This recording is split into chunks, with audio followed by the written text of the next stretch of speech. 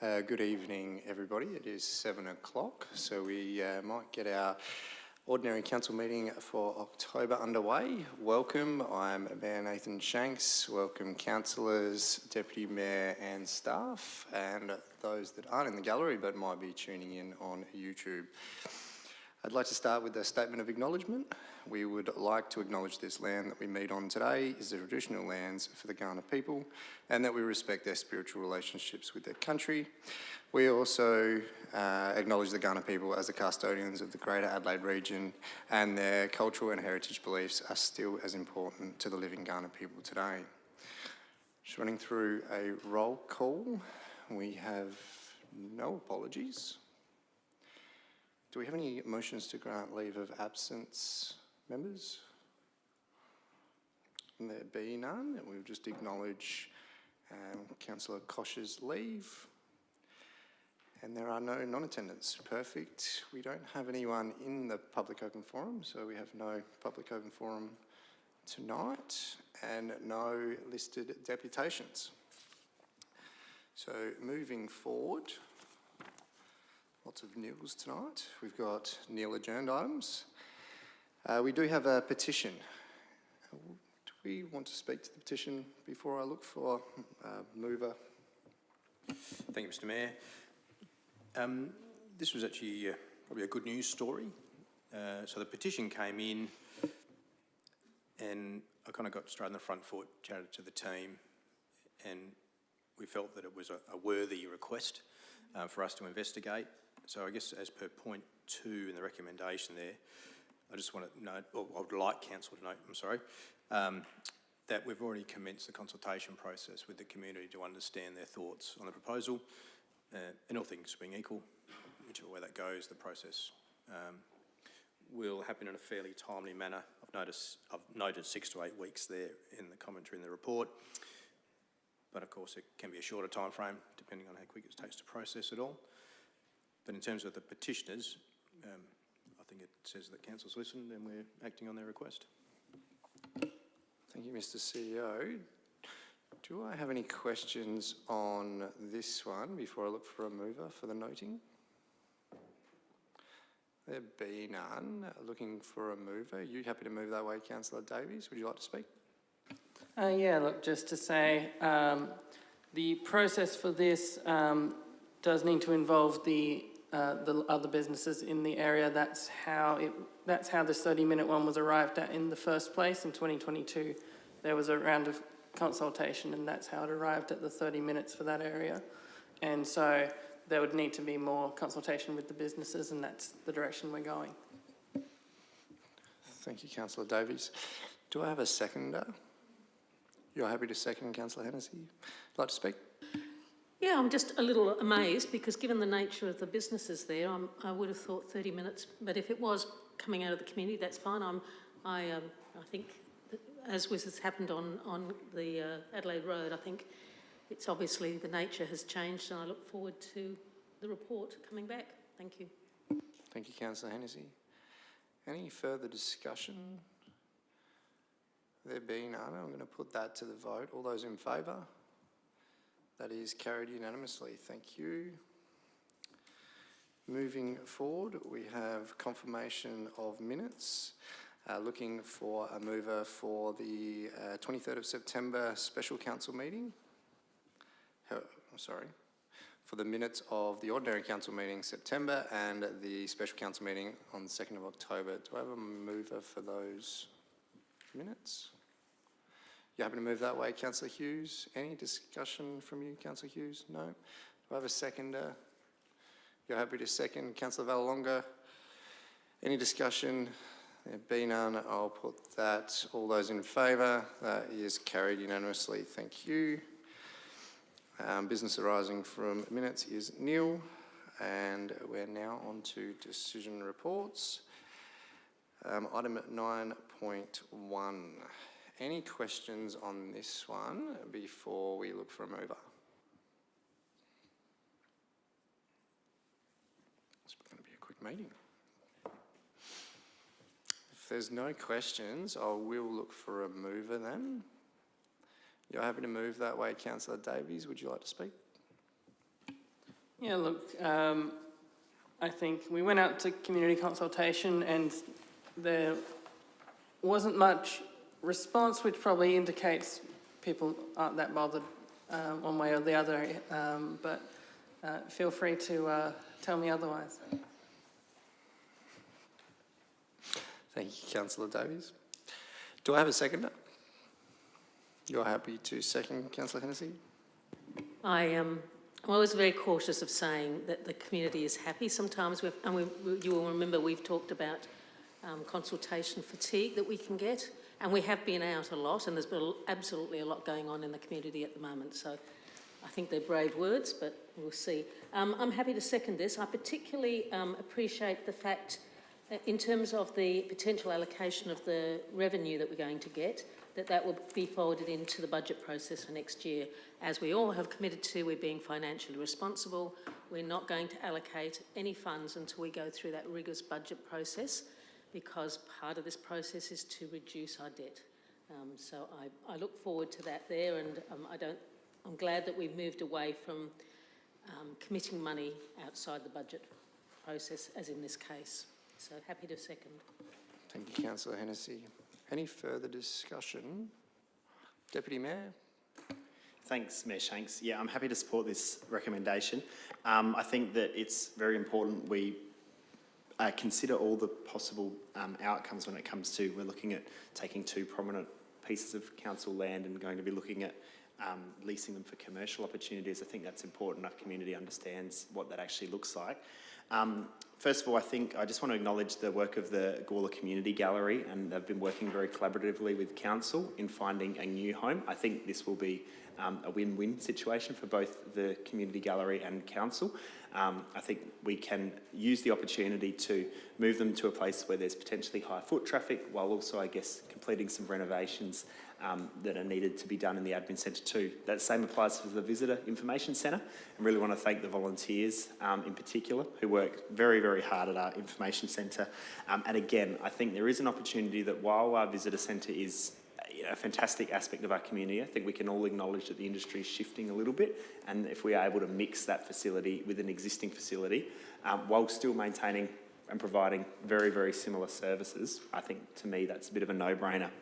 In regards to the ambulance station, obviously St John's has approached us, and this is something that they have since, I guess, moved, and the ambulance station itself has moved on, which we thank for their commitment to our community for. But also, again, the same applies. Whatever these two community facilities will be leased here at, I am very conscious that, for instance, I've had many community groups approach me and say, are we able to use this space? And I completely understand that. It's community land, it's council land, and very much in high demand from hundreds of potential community offerings. So when I provided the feedback around potentially taking a portion of the revenue raised and putting that towards our community grants program, it is just a suggestion, and I acknowledge Councillor Hennessy's point about we will look at that in the budget process next year. To me, that's a sort of simple idea that I would be very happy to at least look into further and say that, look, whatever happens to these two land packages, we're not going to be able to please everyone, but maybe a little compromise is we can ensure that some of that revenue that's raised is then able to be accessed by multiple different community groups on a yearly cycle, and I think that our community grants program is a perfect opportunity to do that. So I'm very much happy to support this at the moment, while also acknowledging that there is still more to be fleshed out, obviously, and whatever happens in the future will come before council, hopefully in the not too distant future. But while also prefacing that as we approach the budget for the 2026-2027, I'm certainly be very interested in giving a very tangible sort of outcome back to the community to ensure that we can say, hey, this is helping our bottom line, this is helping our financial situation, but this is going to help our community as well, and here's an example of how we can do that. So thank you very much. Thank you, Deputy Mayor. Any further discussion? You'd like to add some words there? Yeah, thank you, CEO? Mr Mayor. I just think it's worthwhile mentioning, given the level of interest we've had, even on a preliminary basis, in the ambulance station particularly, I just want to note that this won't be a matter of the CEO just running off and trying to run a bit of a process. I actually think I need to come back to council, probably in a briefing session, to talk about the ways that we might approach this, because I'm turning my mind to the fact that, maybe a community group may approach us, or a government organisation may approach us, or a private business may approach us. And I just want the council to be comfortable about how we're going to go about seeking those expressions of interest. So I just want to put on the table that I'm probably going to put another step in the process here and come back to council just to be clear and get a bit of guidance perhaps on the way we're going to approach that. Thank you. Thank you, Chris. Through you, Mayor. Just noting you have Oh, seconded. I'm so sorry. Would you like to seek leave of the meeting? Yes, please. Councillor Hennessy seeks leave of the meeting. You have it. I'm just wondering then why the ambulance would be different to the visitor information in what you've just told us. Oh, sorry, that was a question. A good point, and as I was saying those words, I should have combined the two. So for both, I'll do that. Thank you. Does that answer your question, Councillor Hennessy? Yes. Any further discussion? If not, I might just make a couple of comments myself if I can. What I'm liking about, I guess, the appetite of looking at these things is just trying to take advantage of the opportunities that might come onto our plate. The St John's being a long-term leasee and SA Ambulance being their anchor tenant. Obviously, we love the opportunity for our region to see a new purpose-built ambulance station for our region. I think that's a really good outcome, again, for our region. But what that does is take away the anchor tenant for the new model, or the existing model for St John's, which just means it's a surplus to requirement for them operating the way they have been for multiple years. Now, it'd be remiss of us not to look at those opportunities and help St John's with their transition of what that looks like, and then also going out to our community. I am a little bit like Councillor Hennessy. I think it's a courageous comment to say that people are happy with it, but because they haven't engaged in the community consultation. That said, I think we can hold our heads high and say these opportunities we are looking at and reviewing, and the Visitors Information Centre is a perfect example of an industry that we acknowledge is a changing beast. However, it's a service that we would like to keep on providing, but there might be a more efficient way to provide it. And there's also a building that we may be able to repurpose for another outcome moving forward. And this outcome moving forward, whatever it looks like moving forward, we will need a review in the future as well, because what's right now might not be right in a decade's time. And I think that is about the quality improvement and review process that this council is going through in relation to its business arms. And I'm really liking that approach. But we do need to be transparent, and we do need to make sure that we're communicating it. So I do like the idea of another information briefing coming forward and making sure that we are step by step doing this, because we're not going to please everyone, as the Deputy Mayor pointed out, but we have these situations that we need to manage as council, as a business. But that's my 2 cents. So I'll look back to the mover if no one else wants to comment. Councillor Davies, did you want to close the debate? Yeah, sure. Just to acknowledge, of course, public consultations aren't always, people aren't always too excited about it, but I think part of my point is that if the relocation of the Gawler Community Gallery hadn't been undertaken in clear consultation with them, we would be hearing about it very loudly and strongly, with a lot of panicked people saying a lot of things, and the fact that that's not happening is a sign we have clearly communicated to them what's going on, and so on that I will be happy to move the motion. Thank you, Councillor Davies. I'm going to put that motion. All those in favour? That is carried unanimously. Thank you, members. Okay. So moving to item 9.2, more of an administrative motion here, looking for a PMP member to pretty much take my spot.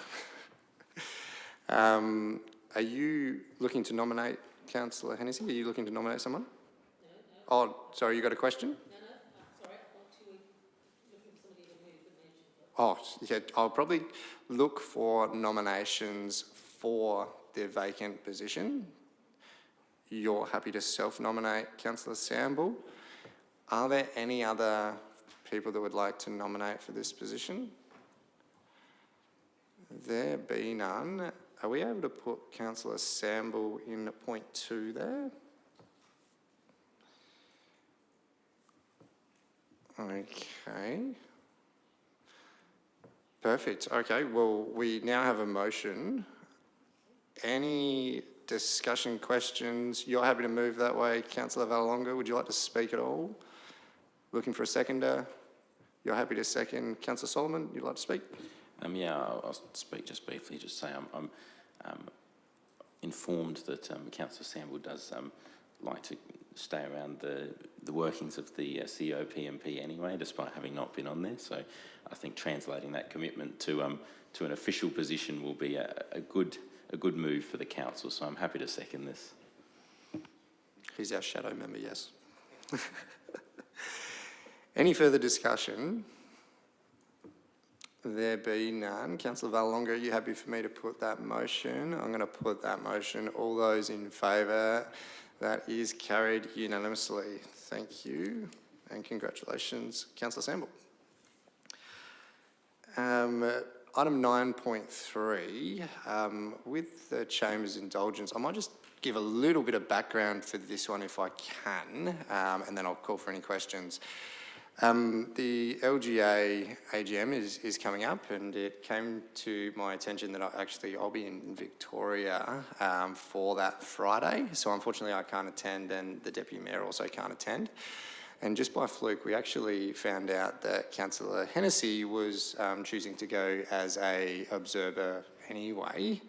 And it all aligned that we already had a councillor going there, and who better to sort of represent.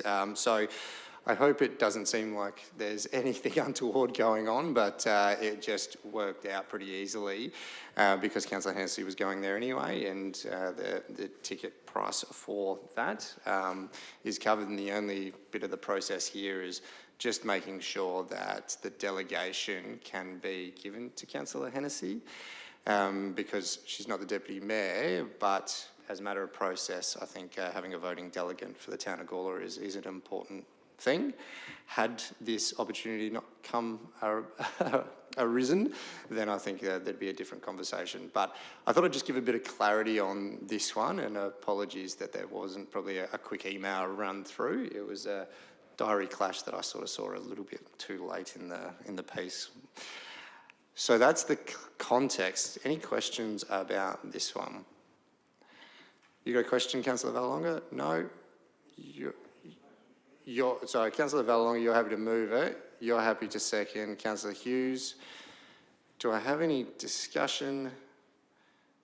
There be none. Councillor Vallelonga, I'm going to put that motion. All those in favour? That is carried unanimously.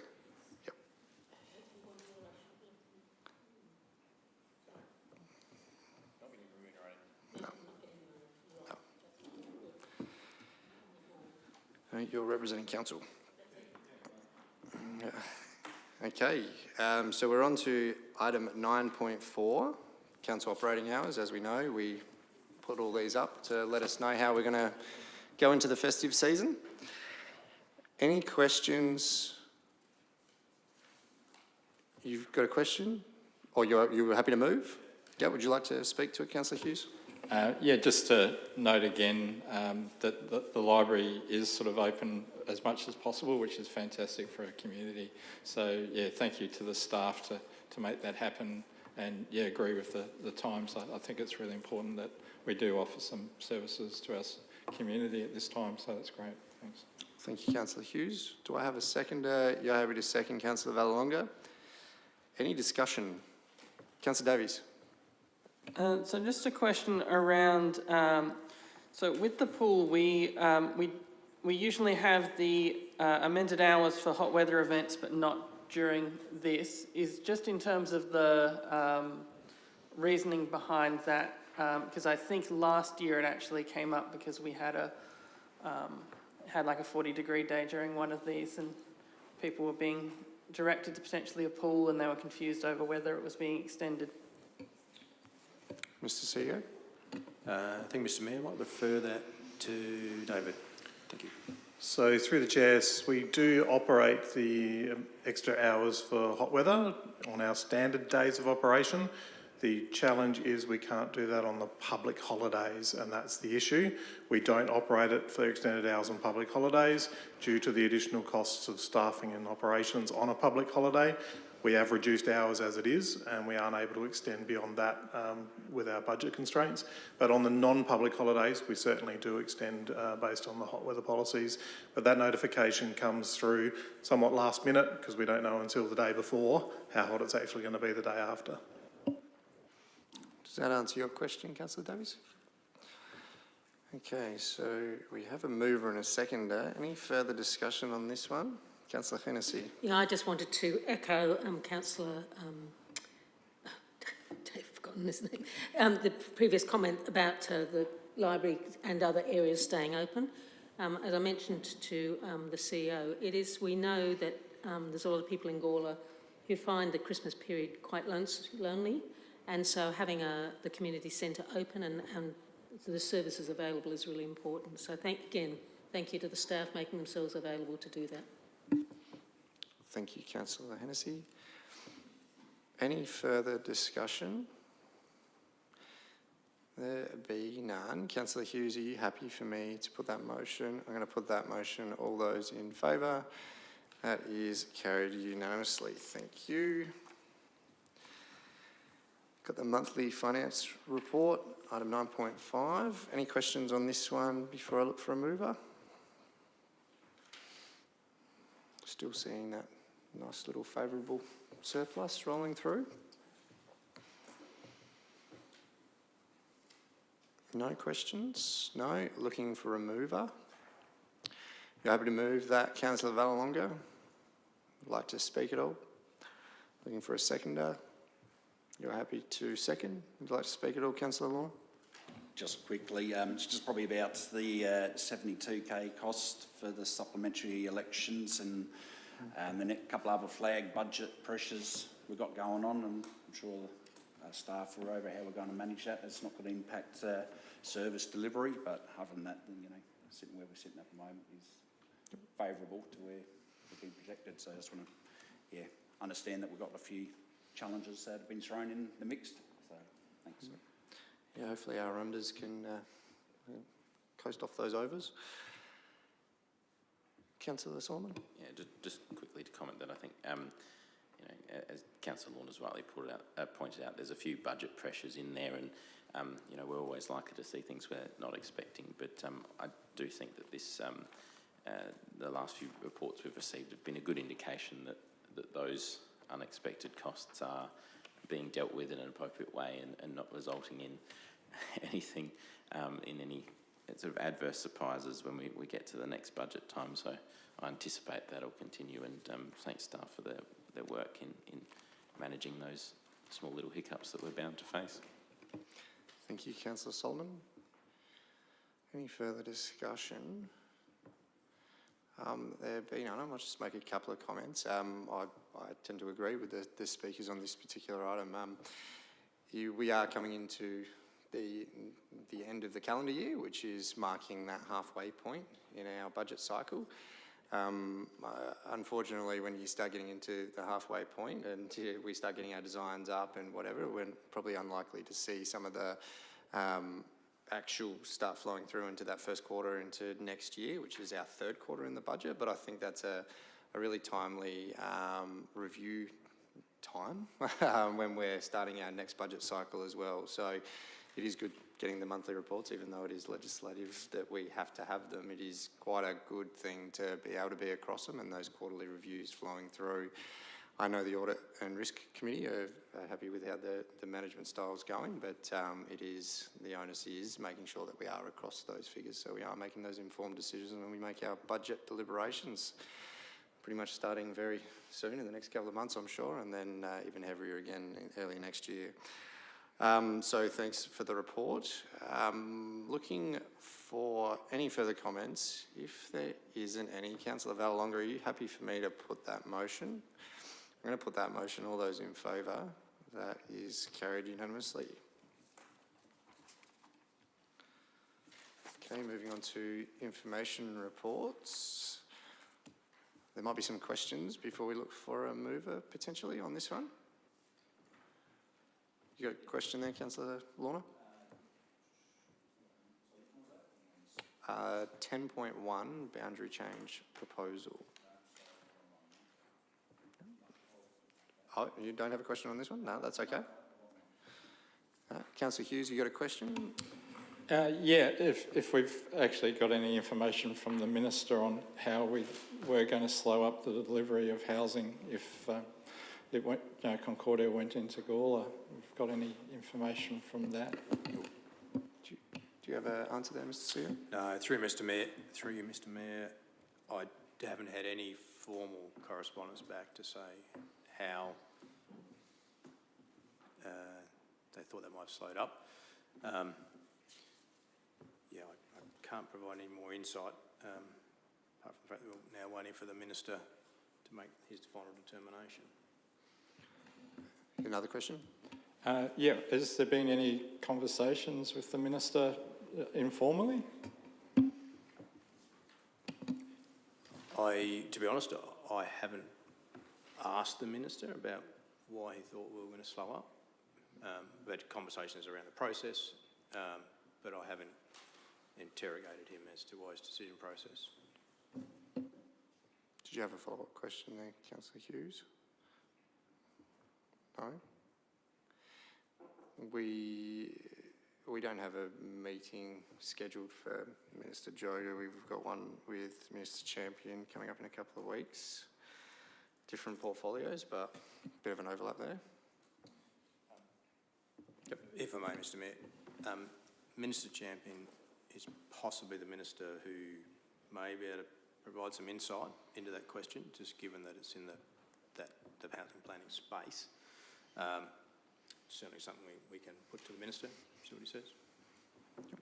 Yep. Any further questions? Councillor Sample? Yes, Mayor. No.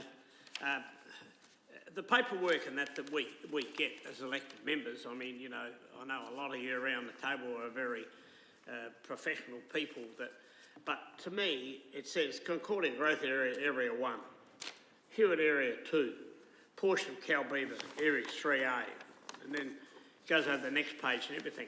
Is there any possibility of getting a map, so that we know what we're looking at? Because, I mean, it's all right to say, yeah, Area 1, Area 2, yeah, that might be behind the dunny down the backyard or something. I mean, it'd just be nice to see, a map that we can actually look at when they're referring to these things. This is all high-tech stuff for me, I'm afraid.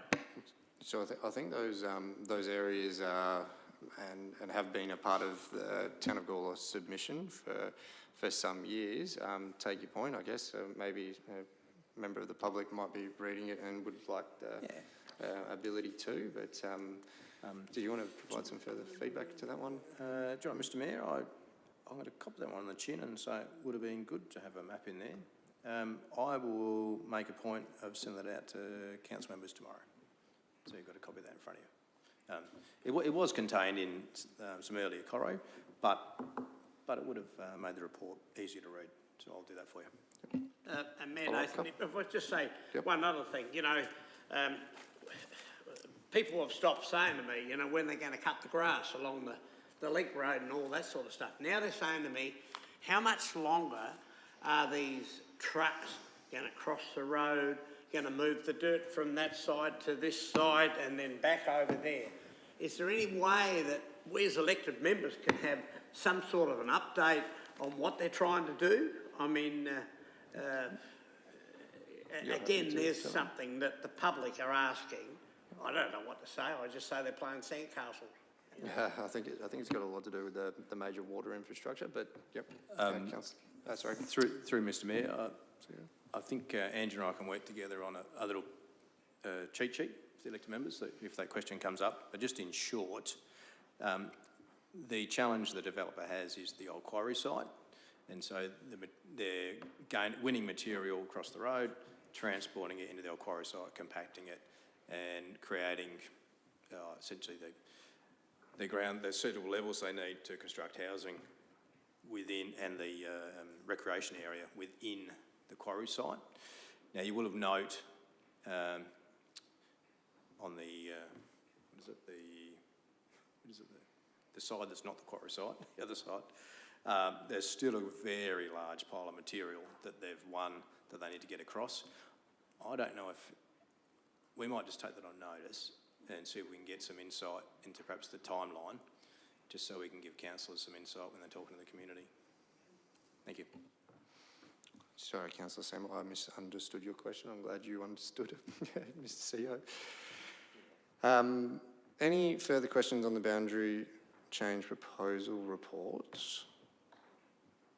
If there be none, looking for a mover, are you looking to move or question?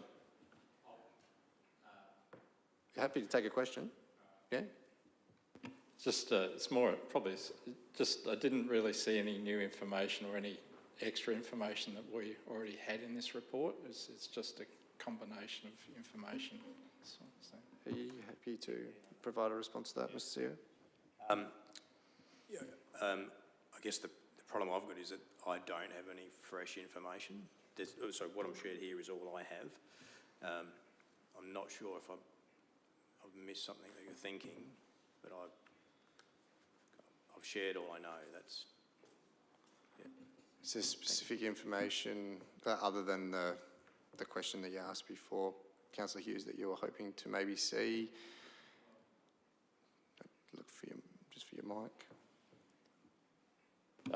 There's just, it's basically, I mean, we didn't really get a report previously, but this is just you know, in very much shorthand, a summary. There's no discussion from council staff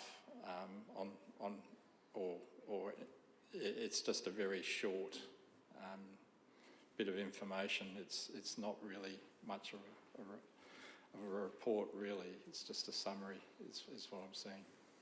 Okay, you want to provide a response to that? And then I might look for a mover, because I think we're getting pretty close to debating in that one, but yep.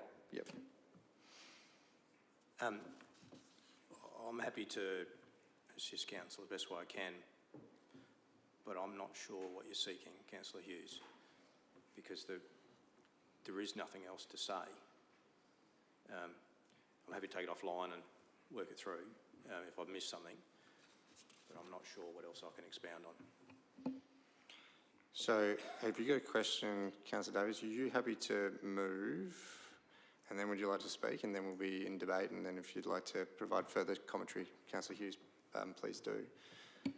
Yeah, look, I'll move the motion as noted by Councillor Hughes. It's a summary report of information, so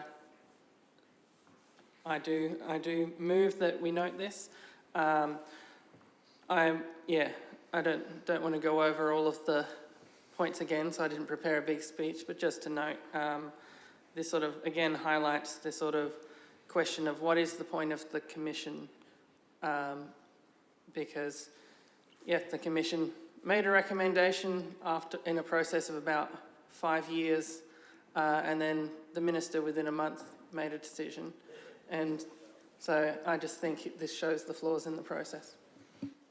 Thank you, Councillor Davies. Do I have a seconder? You're happy to second, Councillor Solomon? Happy to second, and I think that this report, particularly, I think, encapsulates a point in time, which I think we're currently at. Part of the motion that was previously passed by council does detail, I think, the concerns that were raised just now by Councillor Davies as well about the process. And I'm looking forward to seeing something come of that, but, you know, trying to have a really informed conversation about about the benefits of the current boundary reform process with the Minister, I recognise is not something that could or probably should happen within a month's time frame. I think that there's a degree of finality to the process now, whichever side of the debate we sit on, I recognise is something which is hard to grapple with because it has been 5 years, and it is a pretty blunt end to the process. Councillor Davies said, you know, the Minister made a different decision to the Commission, and then before that we had the investigator made a separate recommendation to the Commission as well. So there's obviously something in the process that is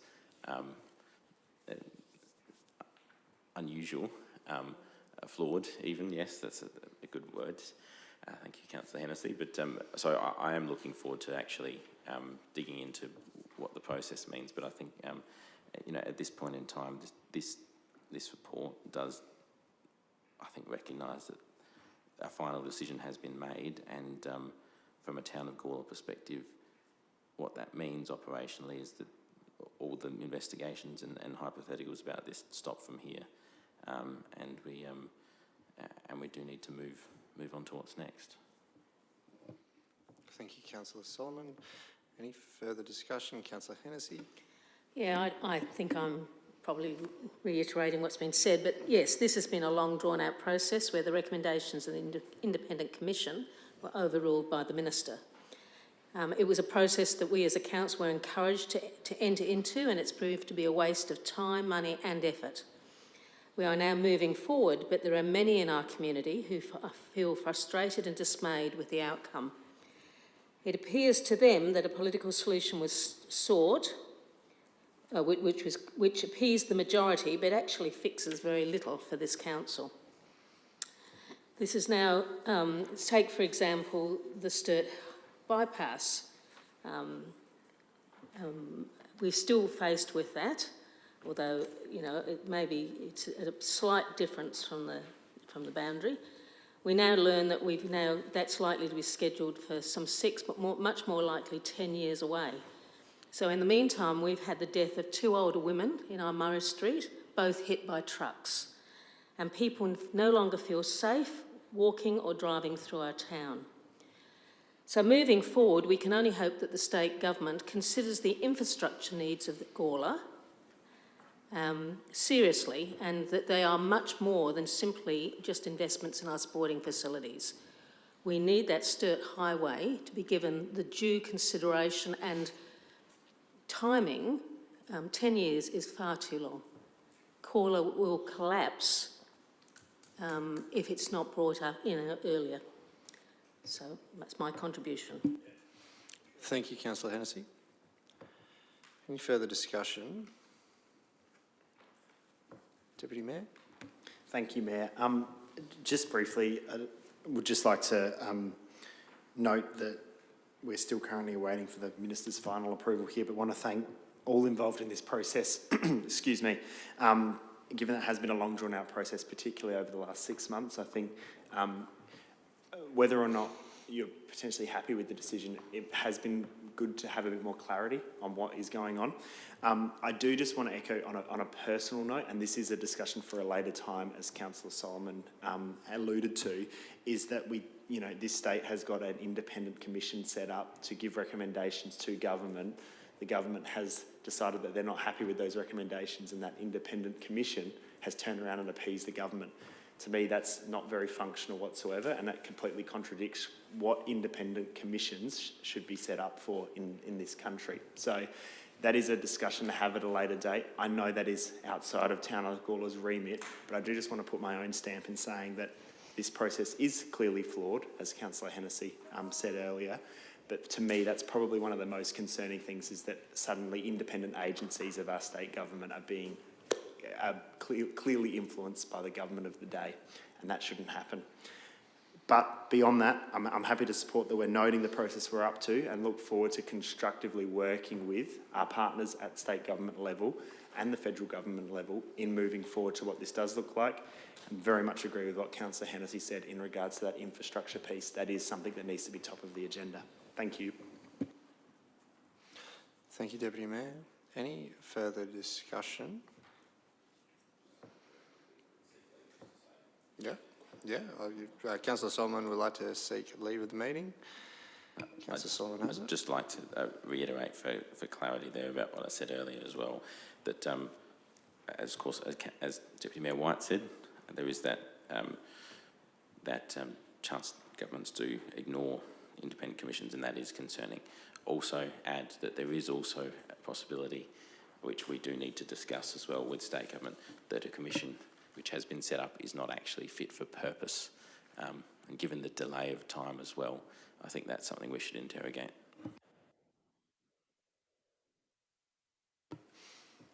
Thank you, Councillor Solomon.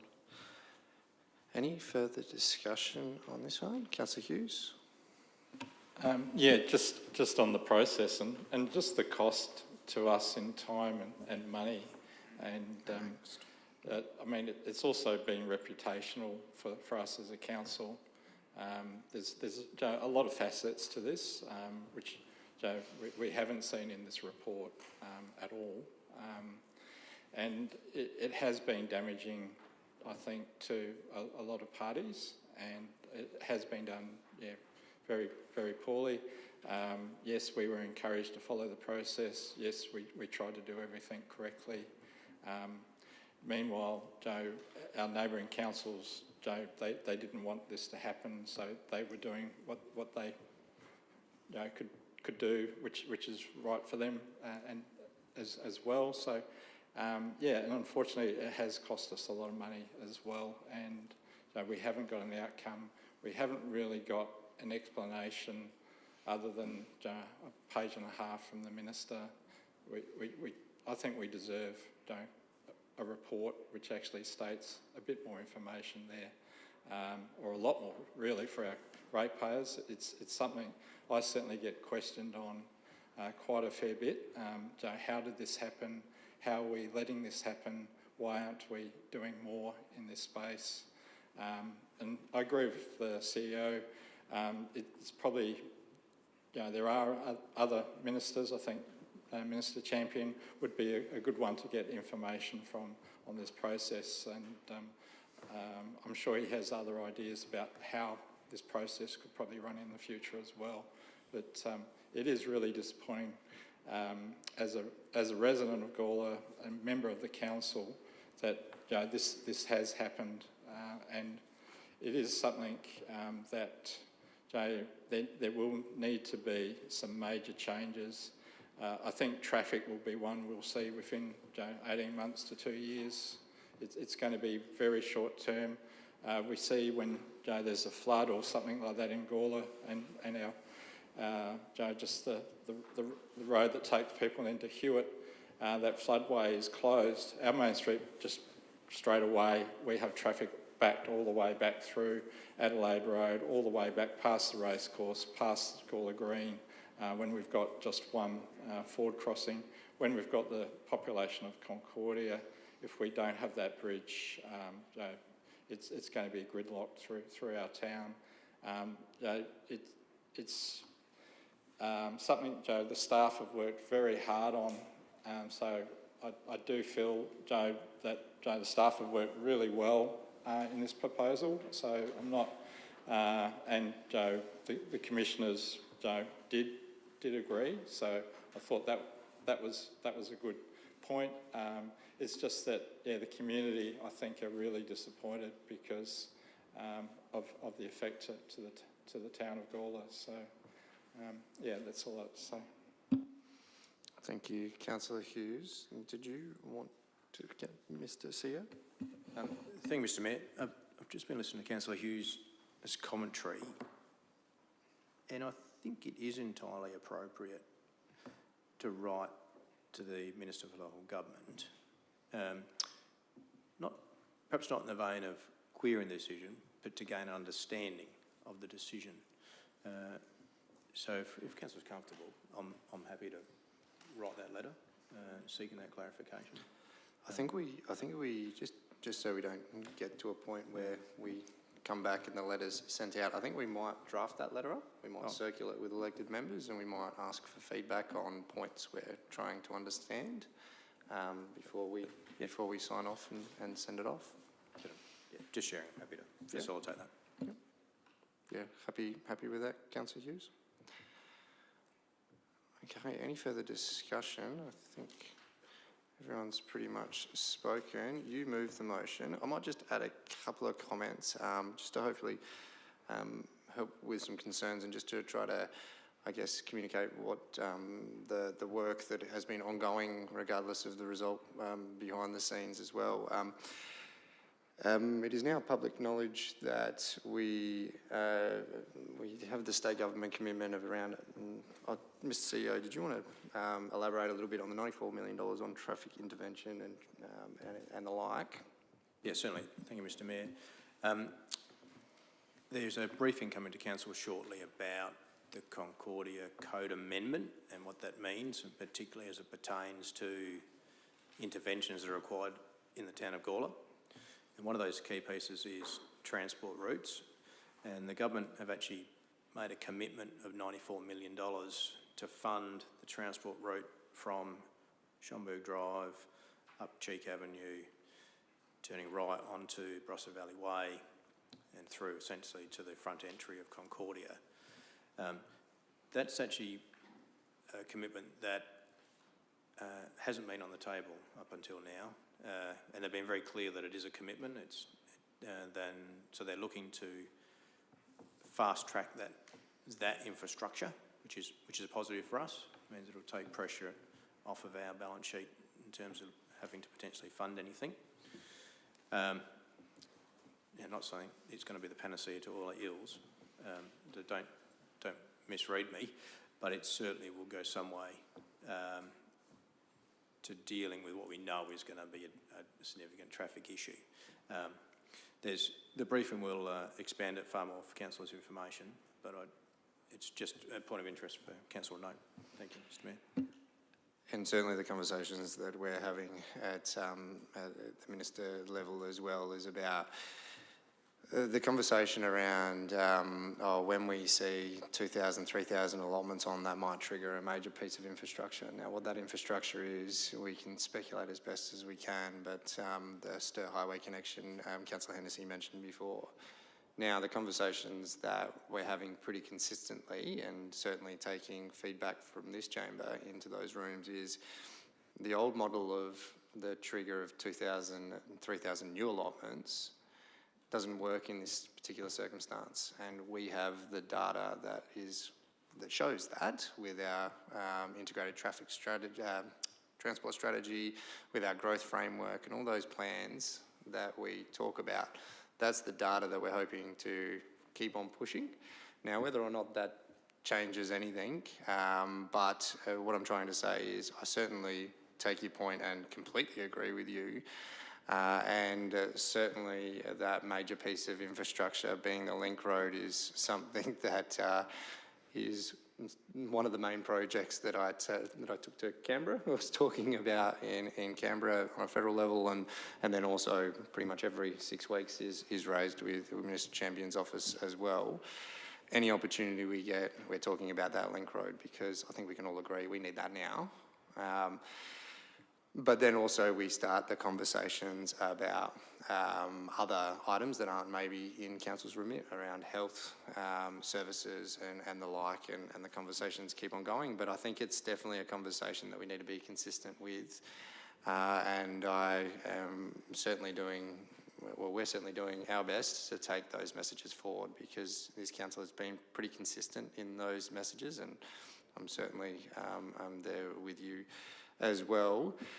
But yes, unfortunately, we don't make these decisions at that level, and we will just keep on trying to work with who we need to work with.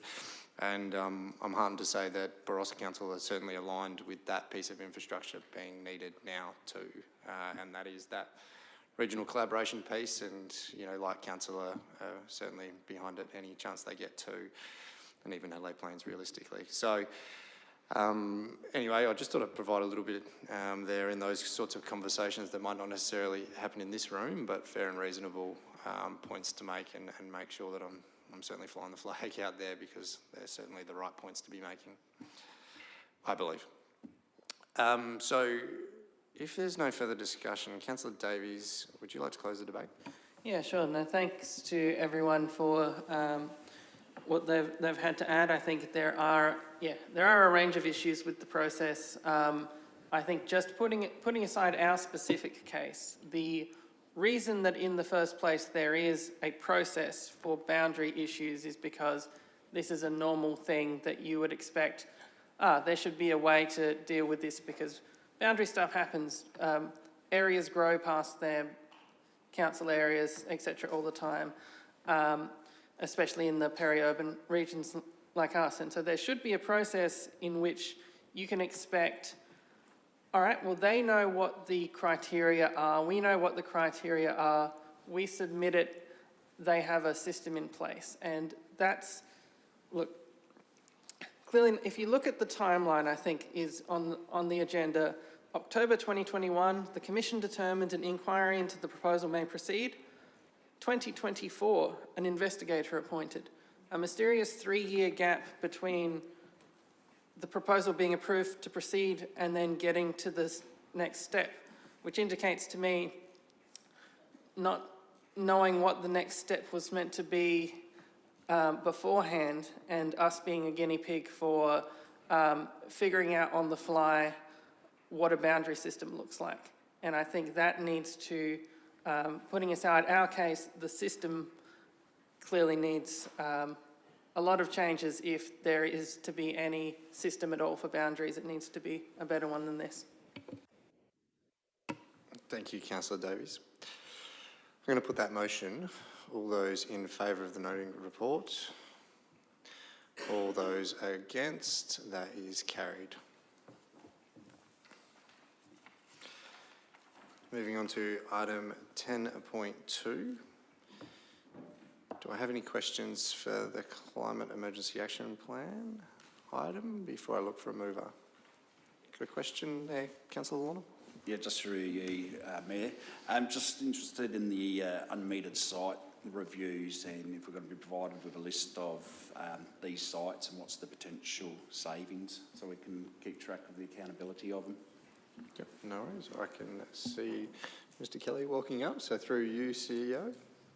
Through Mr. Mayor, I'm chuckling because I asked a similar question.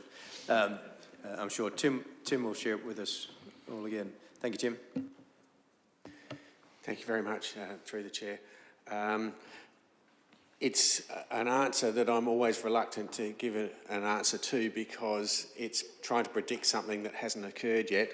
I do note, however, in my report, we've actually understated for the abolishing site meters and or unmetered lighting for no longer required annual saving of $70 to $100 per site per year. It should be actually $700 to $1,000 per site per year. So there's definitely savings there when we can find those sites.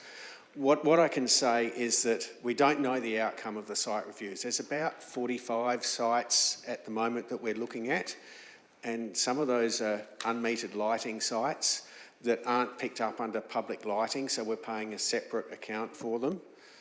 Others of them are old meters that may not have been used for some time, so we're not actually consuming electricity from them, and we have to determine whether we still require them or whether we need them abolished. So there's about 10 or 12 of those sites we're looking at. And then just today we've discovered some more meters that actually were abolished some time ago, but we weren't adequately notified of that, and that's why they stayed on the books, and there was some costs which continued into the 24-25 year, which kind of threw us a bit, but they've definitely been abolished.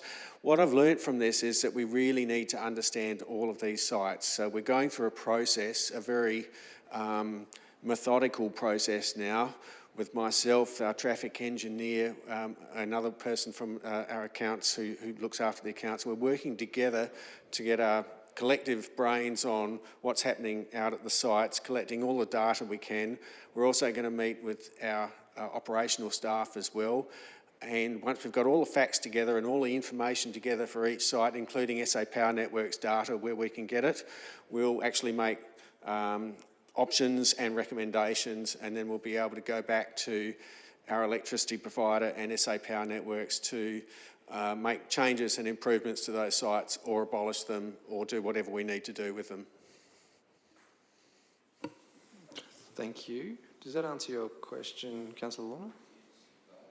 Yep. Just on the, am I right, sorry Tim, am I right to say that the decimal point was a little bit off with the 70 to 100? That should be 70 to 1,000? Yes, typically if we've got a metered site, yes, or if it's a site per NMI, that's typically got daily service charges, and there's a range of costs, and there's also some safety checking which occurs every year. So that's why I've put this range of $700 to $1,000 a year of what it's costing us, and if we can get rid of those sites, we would make those savings. So we should probably just have a as amended on the noting of the report. It's not behind a ditch, obviously. Just 70 to 100, obviously. Yeah, there's a small. I'm happy to amend it as, yep. as for the on the online version. Yep, no worries at all. No, thank you very much. Any further questions while we have Tim? Yep. Yeah, absolutely. Just curious in around, have we got sort of a timeline set out for these unmetered sites, and we're going out to get further data? We're doing data analysis. Obviously, only the newer meters and that you're going to be able to get information from SA Power Networks, but we're going to data log these sites to see what's going on. I don't think we'll require data logging of the sites. I think it's more about checking with our operations staff, and we're working through a process now and bringing together the information. I'm hopefully that within the next 4 weeks we'll have we'll be able to go back to the providers in SA Power Networks and say, please do this and amend these sites. And then that task will be completed and we can move on to another task. No, that's good. Thank you very much. 4 weeks is very good. Good luck with your retailer and SA Power Networks for that's a different kettle of fish, but you and me both work in that field, so no, that's good. I'm happy with that. Thanks. Thank you, Councillor Lorna. Thank you, Mr. Kelly. Do I have any further questions? If not, I'll look for a mover. You're happy to move that way, Councillor Lorna? Would you like to speak?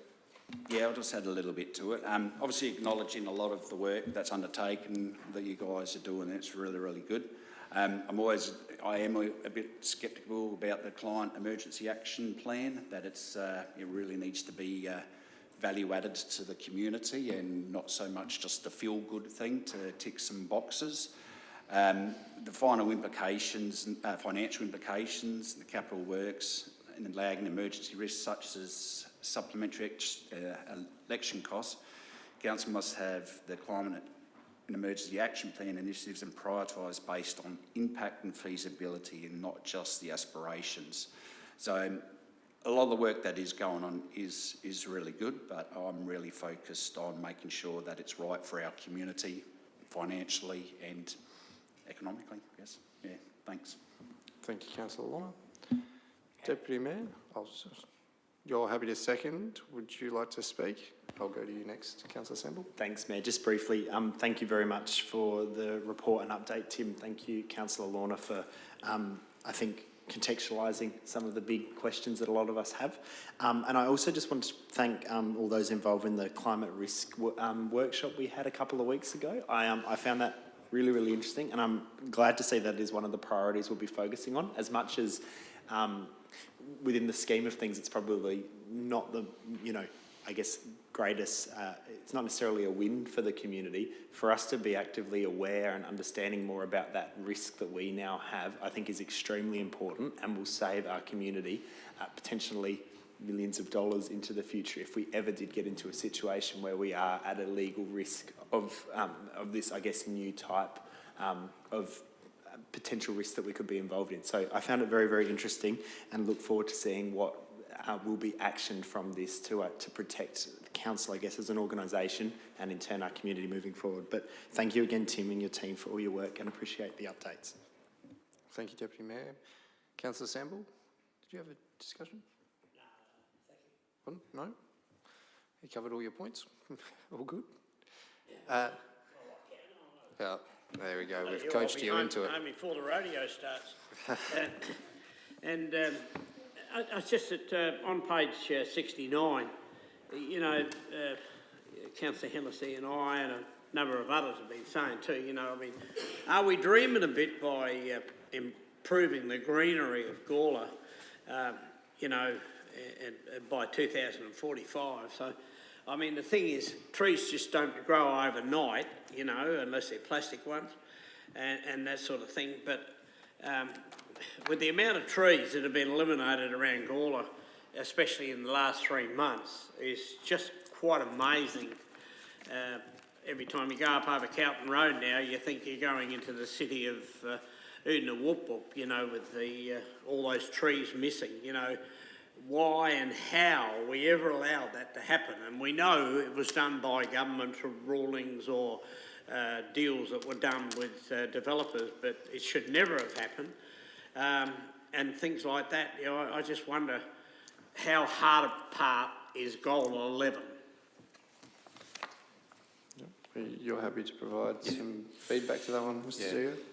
Thank you, Mr Mayor. I think you're right, Councillor Samble.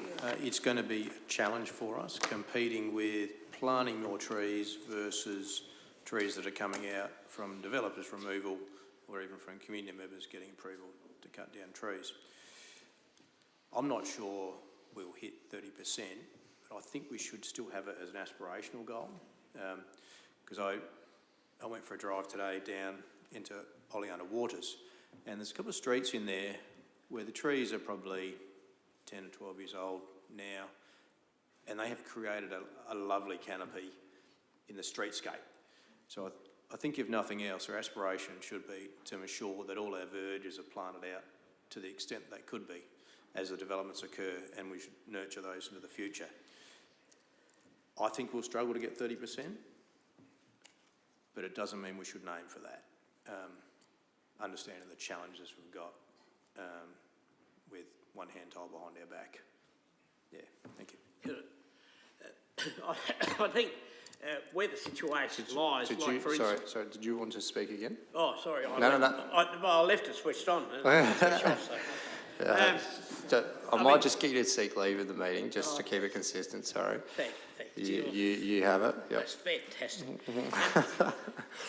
You know, a house last week, just up from me, is full of trees.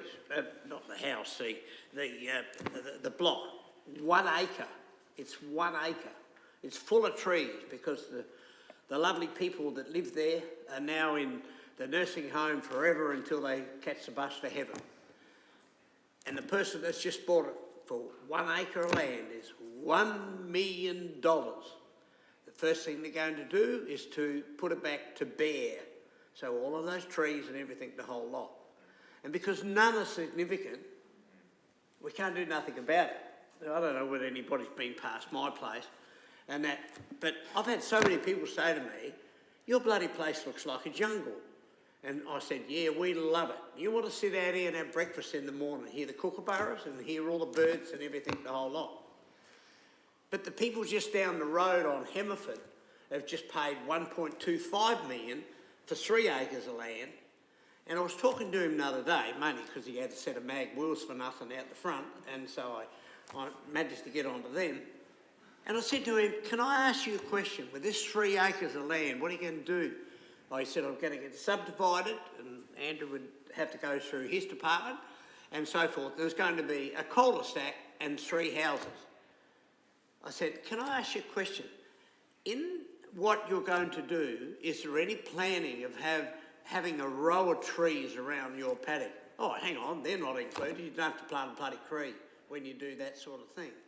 So, you know, when it comes to, you know, Mr. Kelly's portfolio and what I ask about the question 8, we're allowed to build these homes if the bathrooms are back to back. If somebody passes wind in one, they hear it in the next one. There's no room for a tree at all. So are we doing things a little bit wrong with the factor that saying, hang on a minute, we would like you to plant so many trees on your block with your house, or because there's no room to plant the trees. So this is where I find it's a bit of a dream, you know. So I'll switch off now. Okay. Thank you, Councillor Sample. Okay, so have we got any further discussion on the Climate Emergency Action Plan? There be none. I might just add a couple of comments, just picking up on some of the points. I don't necessarily disagree, and the way that development's going and the like. What we see in the construction industry is merely a 6-star energy rating is now going to be a 7-star, and we now will start seeing the industry try to work out their workarounds on how they can still develop for a price that they can get back onto the market and that is considered affordable. But are these homes performing well? Councillor Sample, you talked about your lovely yard and the like, and I'm sure the thermal properties of your house and the performance, and you're able to sit outside on a really hot day because you've really got that cooling environment. And I certainly know the tree canopy conversation is around that thermal property and trying to bring that temperature down in those areas, because ultimately it'll help the homes that will be built there in the future and provide an amenity and a value and the like. But we certainly need to be conscious of the language we're using, because to your point, Councillor Lorna, about what we're investing our ratepayer money into and what is the return on investment. And sometimes when we talk about return on investment at a council level, we're not just talking about the sheer dollars. However, the sheer dollars that we're able to get about picking up efficiencies, certainly in power, is certainly those good news stories if we're thinking efficiently, and when we're developing new sites, when we're talking about new infrastructure coming online. Is it going to operate the most effective it can, and is a small investment in the early stages going to save us long term, because it might mean we don't need to turn on the air conditioner as much because the building performs better? This document allows us to think like that, I believe, but certainly there's some aspirational ideas in here, and I remember being on the working group and working through these, but we certainly had a theme in this working group for the couple of years we were on it, of we need to make sure that we're bringing the community along for the journey here, because runs on the board is so important, because a lot of our plan is also not just the outcomes. It's also about making sure that the education piece flows through and shows that everyday actions can actually provide better outcomes, whether it be recycling better at your own house or looking at what solar options you have should you want to invest in it. But we still have a lot of work to do. Unfortunately, our council makes up 1% of our emissions that we have in our area. So we're fighting a losing battle if we want to look at it that way. However, I think there's a lot of great that we can do if we do sort of focus on some of these initiatives, but absolutely, I think some of our goals are certainly aspirational. But council without aspirations, I think, is one that I certainly don't want to be a part of, but we certainly need to monitor and make sure that we're not getting delusional in what we can achieve and what we can afford to achieve and what is right to achieve. But again, thank you very much for the work, Tim. It's always great talking through these topics, because these are sorts of the topics that are going to certainly affect my daughters, and how we are talking about these topics in generations to come are going to probably evolve once again. But we are where we are right now, and we can only keep on chipping away the best we can. So to that point, any further discussion? Councillor Lorna, you moved it. Do you want to close? Yep. Yeah, thanks for that, Mayor, and Councillor Sample. I think you're pretty well bang on with what you just said about that. We do a lot of work, we're trying to do a lot of work here, but it seems like the state, federal government, maybe not putting in these processes or policies to ensure that the development's going forwards. To me, sometimes the Climate Emergency Action Plan, is brought up through local government, is more of a means for state and federal government to get more power to make changes.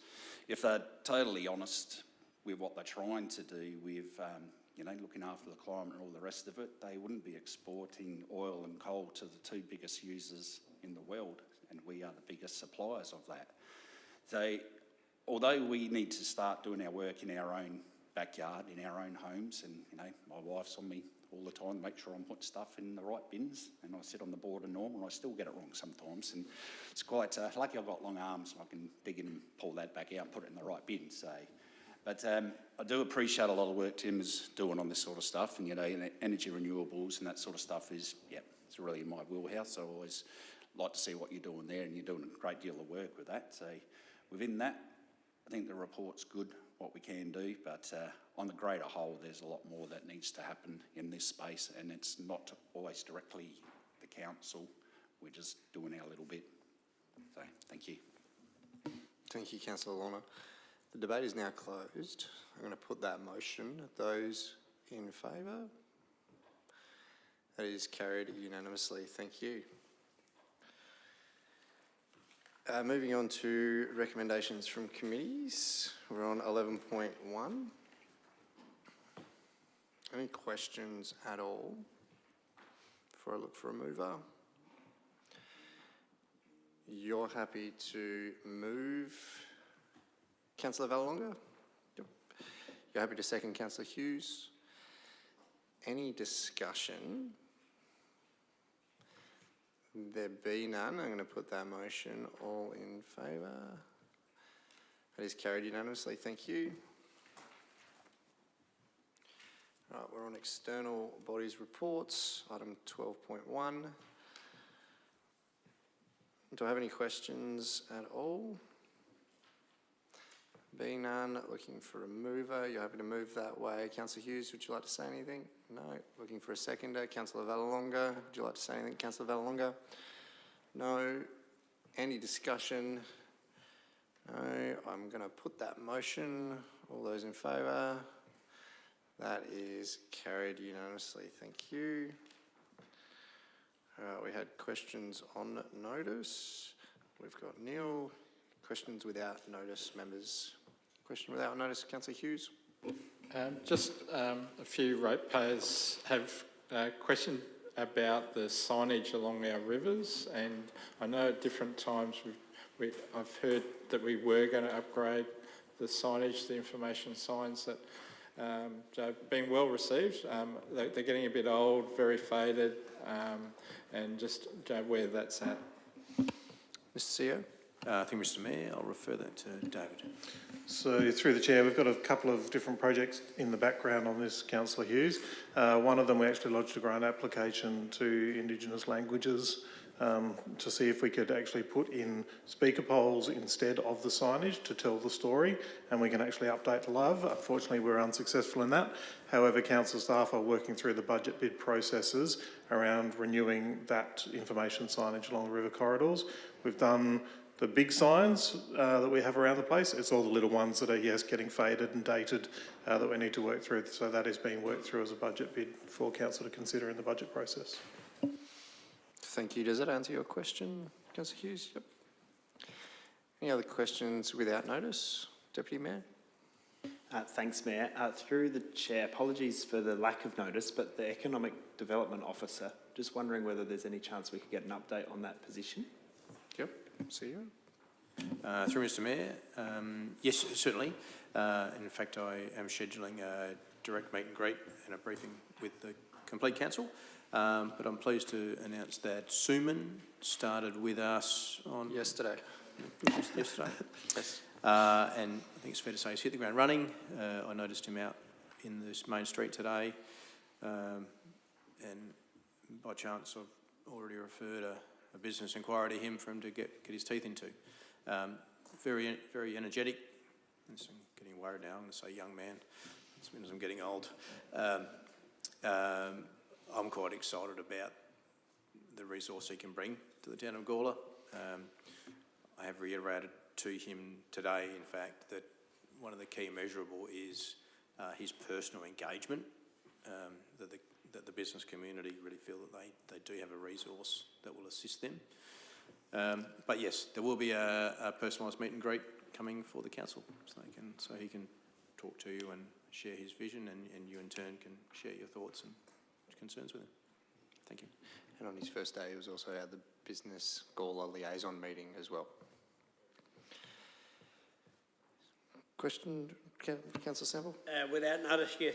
I'm just wondering, because it's coming dry very quickly and it's not very hard to drive around Gawler and notice that the lawnmowers and the grass cutters are not actually working, new spark plugs or something.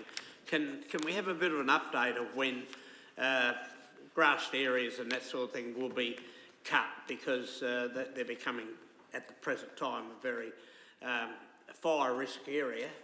If we could have a report as soon as possible as to when that may occur, so we can pass on to ratepayers. Is it that a specific space or just at a general? Would you like to provide a response to that, CEO? Through Mr Mayor, I actually personally handled one of these matters last week. So the deadline was about the end of October, and what we're finding is that there's a very limited amount of contractors available for the private community to access to slash their large blocks. So we've given most people that ask a 2-week extension, so that takes them out the first couple of weeks of November. So it's fair to say the team are proactive, but we have had to be cognizant of the challenges that some of our community members are having around accessing contractors. Does that answer your question, Councillor Sample? Yeah, well, as long as it happens, we don't want fire brigade to get their trucks dirty, you know. Yeah, and appreciate the risk, but our team are all over it. Thank you. Thank you, CEO. Any further questions without notice?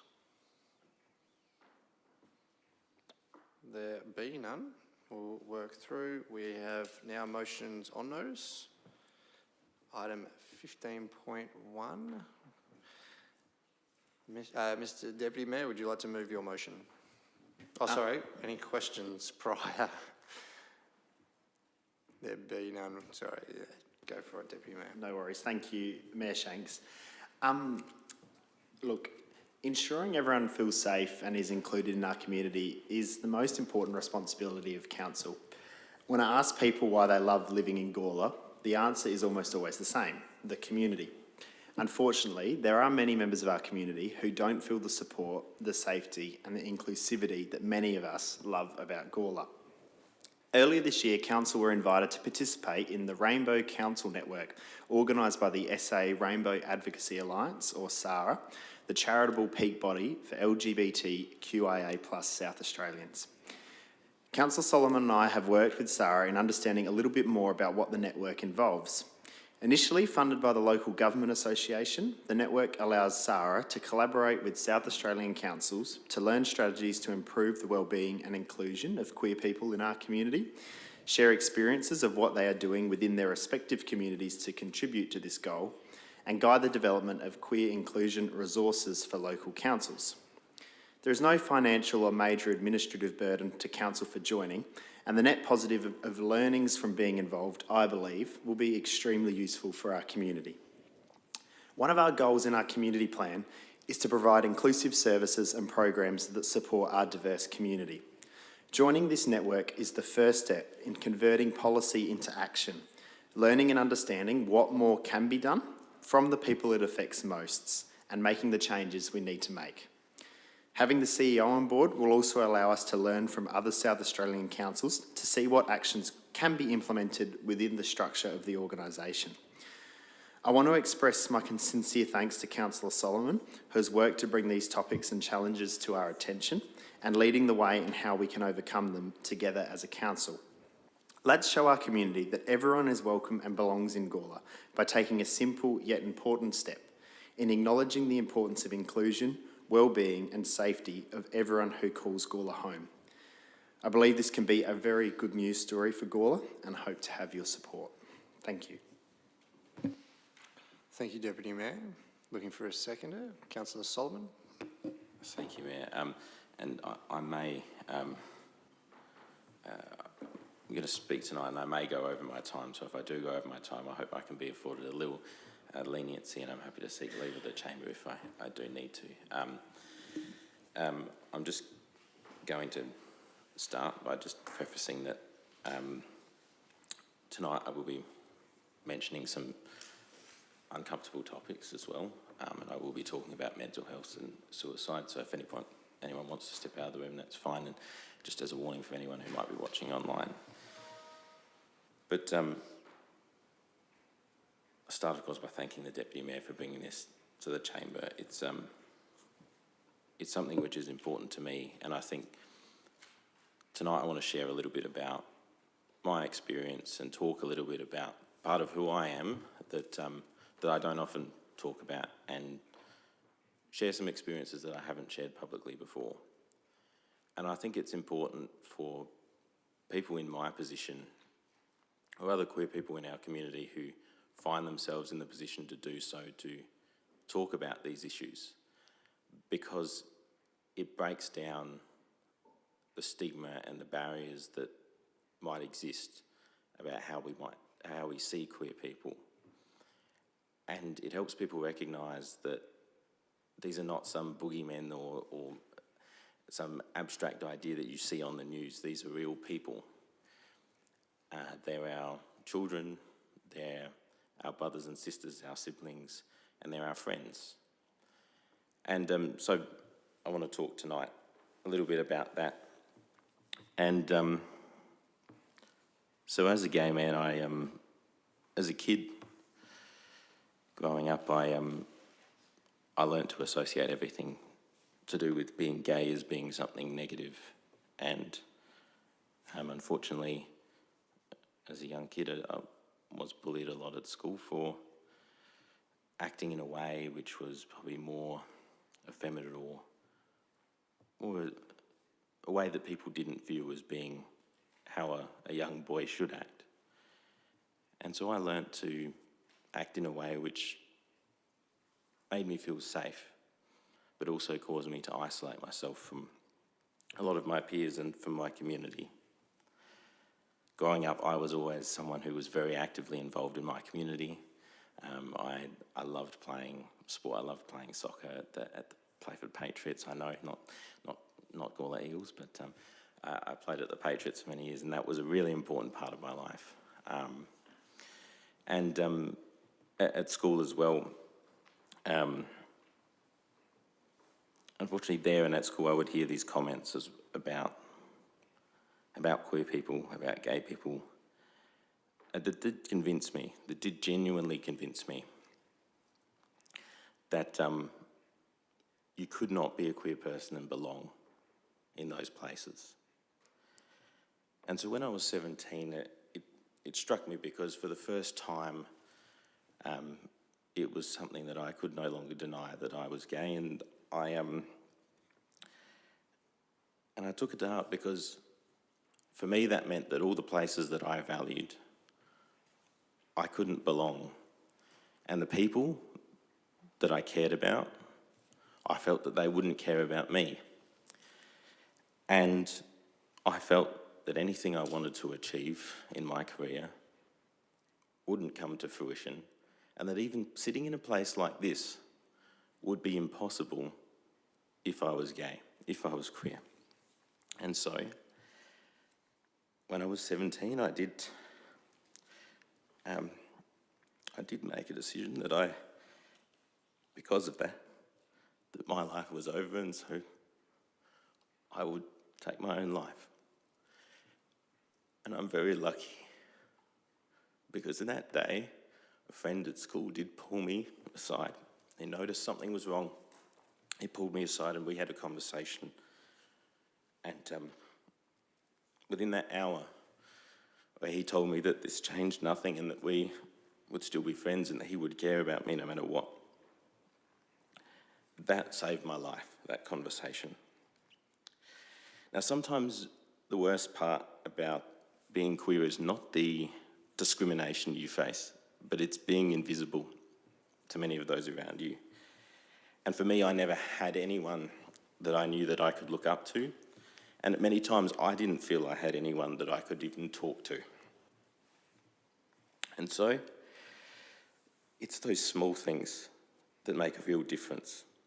And tonight we're not talking about moving mountains, we're not talking about changing the world, but what we are talking about is doing small things that will make a difference to people who find themselves in those same situations. Most of the actions that the Rainbow Advocacy that SARA have come up with are not major things. They are small things which might be unrecognised by the majority of the community. But to the people who need them, the people who need to know where they can reach out, and the people who need these services, it can save their life. It will have a massive impact. And so I just want to encourage everyone here in the chamber tonight to support this. And the reason being that sometimes these small things can make a huge difference. And in everything that we do in planning for a future town, what our town looks like in the future, I think this is something that needs to be taken into consideration.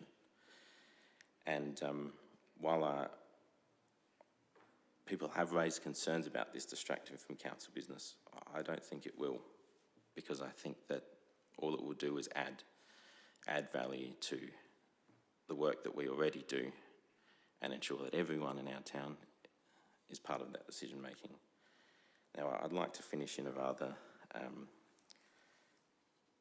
a Gawler-spirited way, and just to mention, I think something which I find quite amusing, and just to point out as well that queer people have always been here in the town. So I'm going to refer now to an excerpt from the Bunyip from Friday, 5th of September, 1879. Right, and I found this quite comical. But talks about two men, and anyone who knows their history might know these two men that lived along the North Parra. It said, in the Bunyip, it said, what could include two men admitting all state as true to bind themselves so close a unity of fraternal love as not to separate even for a single hour, or to remain apart longer than necessary. The relationship between husband and wife is no more binding than this, and taking into consideration that neither associated with females nor admitted them to their premises, it is, to make the best of it, an extraordinary case. And that's just a small excerpt from that article, but I think it points out that queer people have always been a part of this community, and they always will continue to be in the future. And I would hope that while there are a lot of things that make up a person, we do see their humanity first, and we make sure that any decision that we do make as a council has everyone in our community in mind. And from someone who thought that being who he truly was would mean that he could never sit in a room like this, I'd just like to state for the record that my name is Isaac Solomon, I'm a proud gay man, and I'm proud to be your councillor for the town of Gawler. So thank you. Thank you, Councillor Solomon. Thank you very much. Councillor Hennessy, you'd like to speak? Yeah, first of all, I'd like to thank you, Isaac, for the bravery, the courage, the strength in what you've just provided to this chamber and to our community. As you say, queer people have always been part of the community, and in fact, one of those two gentlemen that you mentioned from that expert actually worked for our council. So it's nothing new, but we still have a long way to go, and I completely support this motion. If one other things that I point out, it's presently accepted that about 10% of our population is queer. So immediately that's 2,500 people who live in Gawler, and if you take their friends and family, that is so many more, so much more. I'd like to suggest that that's 40 or 50% of our population. So it is absolutely to be commended that we are taking this step, and I really look forward to, from the attendances of those network meetings, coming up with some other ideas that we can value and support all queer people in this community. Thank you. Thank you, Councillor Hennessy. Councillor Lorna? Thank you for that, Mayor, and Isaac, for your words and thoughts and that as well. It's, you know, I hold you in the utmost respect and what you've achieved in the council chamber here, and as you've grown through the whole process and that, you know, I think very much of what you're doing in this community.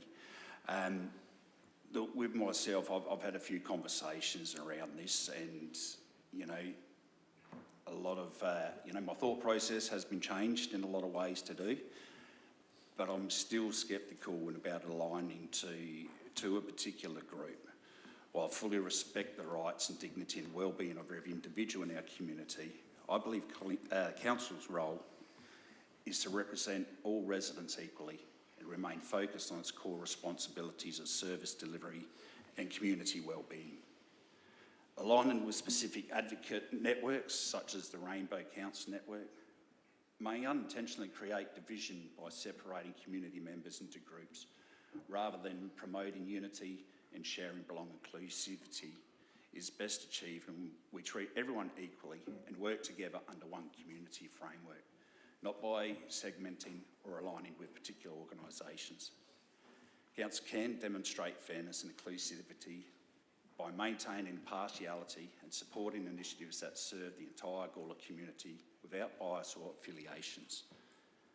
A few concerns with the Rainbow Network is it offers opportunities to learn strategies and share experiences, but lacks some measurable outcomes or deliverables. Where we've got duplications in our own commitments, Council already has inclusion goals embedded in its community plan and climate emergency action plan. Joining another network may duplicate efforts already underway through the existing partnerships, such as the LGA and local community groups.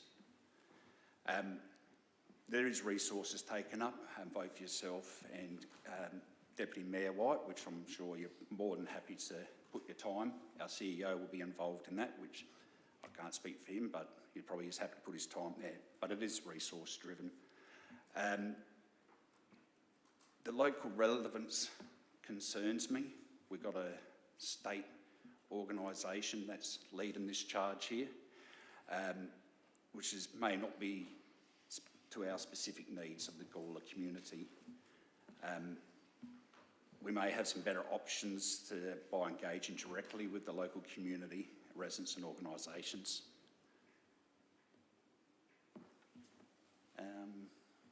What I got here? Sorry. Joining one identity basis network, maybe create exceptions to join others. We do have our groups at the moment, the disability, culture and youth networks, which I support and think are really great as well. But the people in the particular communities are in those communities. We do talk to them, we do look at them, you know.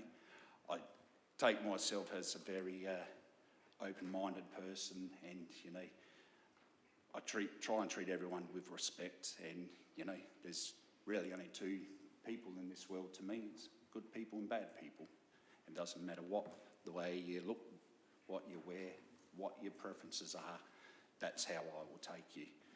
So joining into a group, which truthfully I know very little about, I'm more concerned that there may be other political aspirations on that side than what's beneficial for the community, and then the actual LGBTQIA plus community that we're actually trying to engage and look after.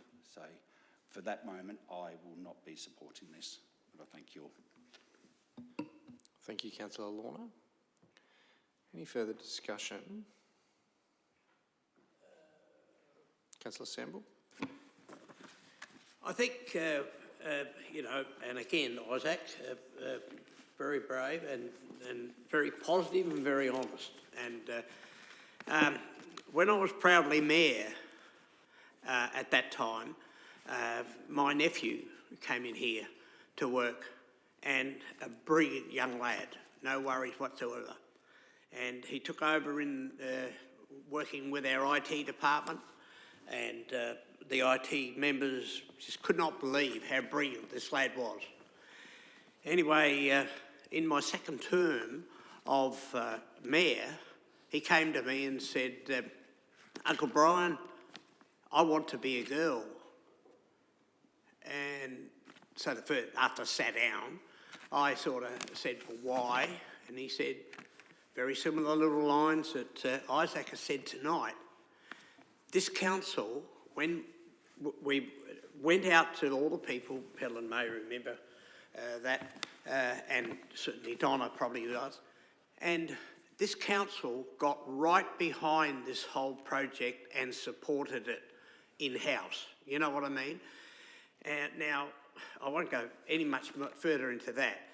It seemed to be accepted straight away because of the brilliance of what this person was and in the change that he was going to go to she. He now is in charge of a huge department in Victoria. And so I think my point, what I'm trying to say is that this council will accept, I believe, and I'm always going to be so very, very proud of what this town of Gawler Council did at that particular time under the leadership of Henry Innett at the time and so forth. I mean, life is life, and none of us know what the tune is around the corner. My brother Darryl, you know, he went to the Gawler Primary School. He went to the Gawler High School. He became part of the managing director of Monia Bessa, where we used to sell bricks out the road. And there was this young kid came in, and every time he came in, he was singing songs.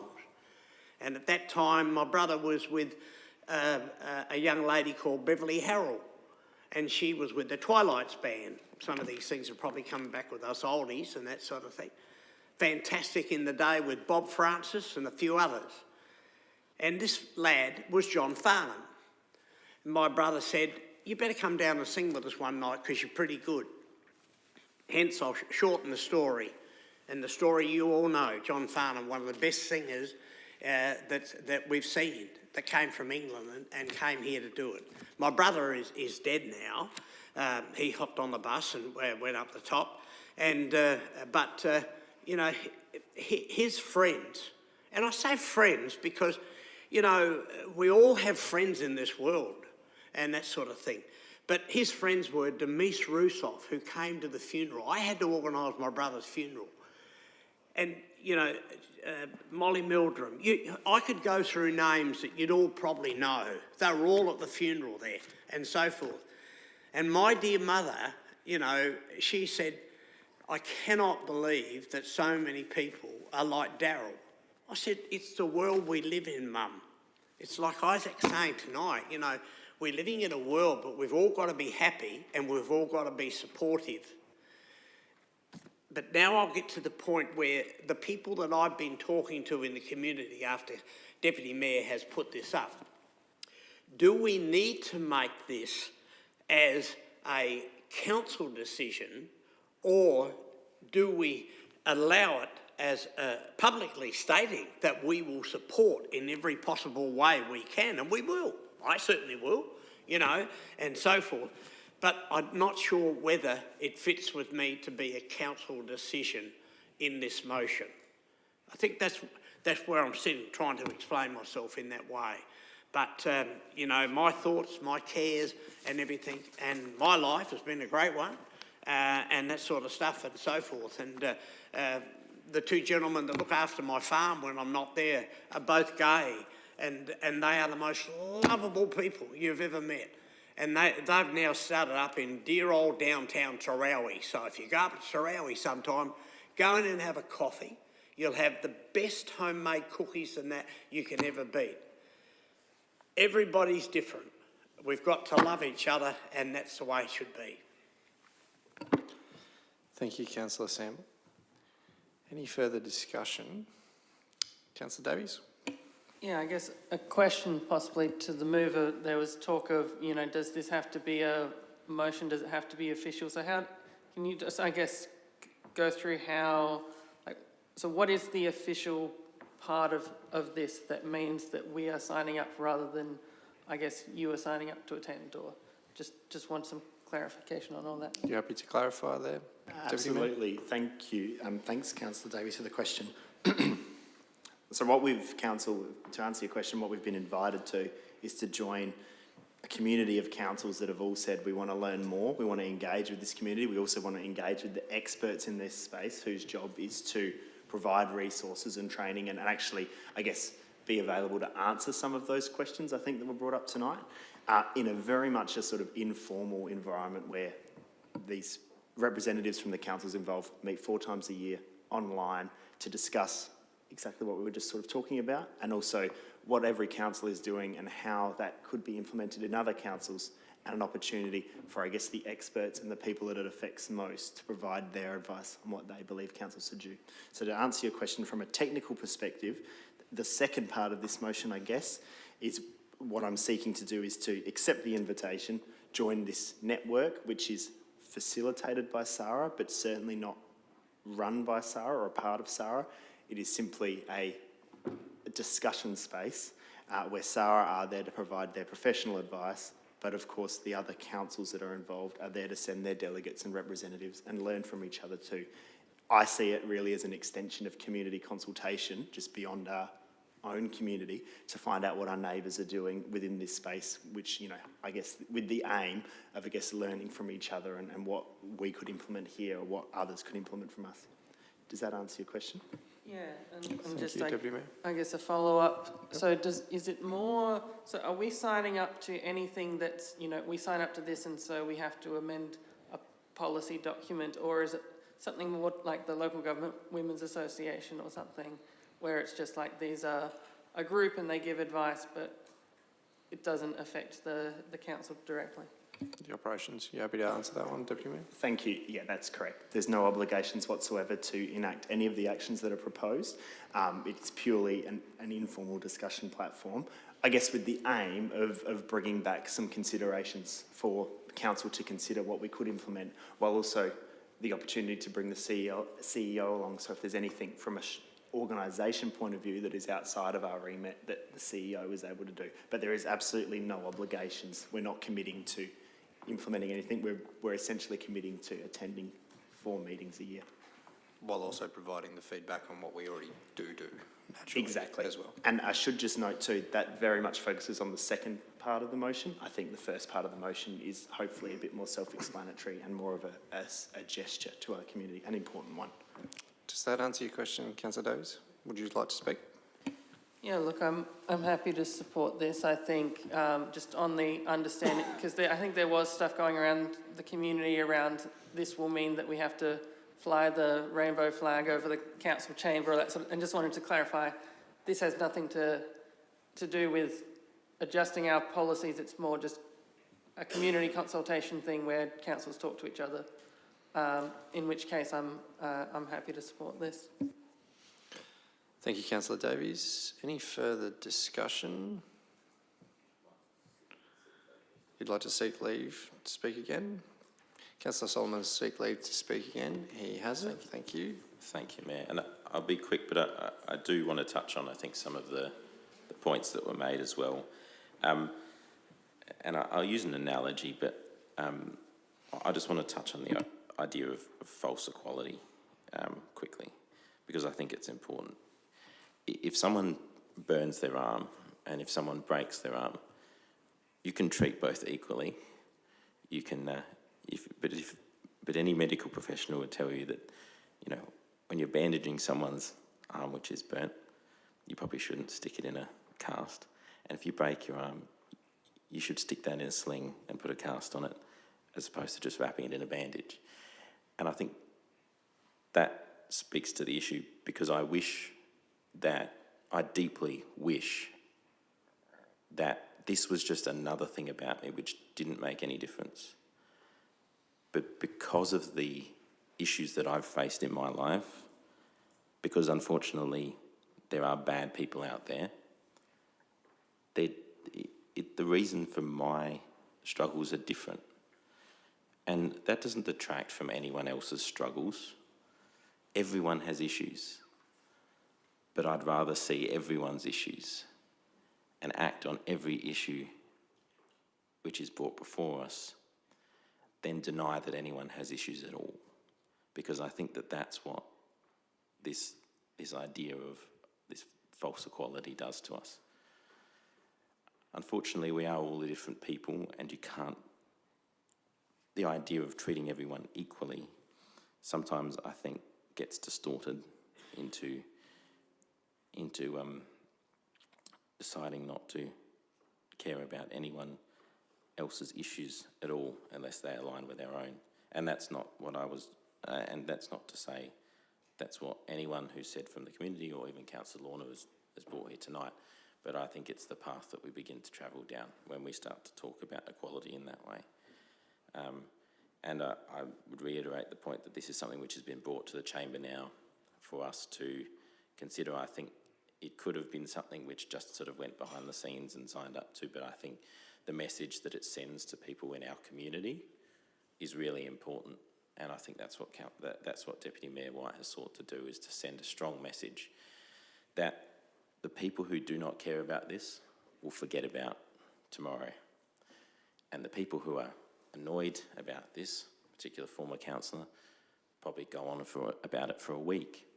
But then after a week, he will forget about it. But for the people in our community who have not seen that kind of leadership before, it will mean the world to them, and that is something they'll carry with them for a long time. And so I thank Deputy Mayor White for bringing it here, because I think that's exactly what it does. Thank you, Councillor Solomon. Any further discussion? Councillor Hughes and then Councillor Vallelonga. Yeah, I'd like to thank the Deputy Mayor White and Isaac in particular. I think you both have explained things really well. Yeah, Isaac has just summed things up just amazingly as well. Yeah, I'm supportive of this. I think it's really important for our community to be inclusive, and I know I'm just probably contradicting what Councillor Solomon just said, but it is really important to try and hear our community and be working with our community, and I see this as another way of doing that. So yeah, really supportive, and yeah, and thanks very much for explaining. I think the questions from Councillor Davies as well just really super clarified things as well, and the answers. But I probably was supportive of it before that, but I think it just makes it clearer to our community as well what we're actually doing tonight and what we're voting on. So yeah, very, very much thank you for the debate. Thank you, Councillor Hughes. Councillor Vallelonga.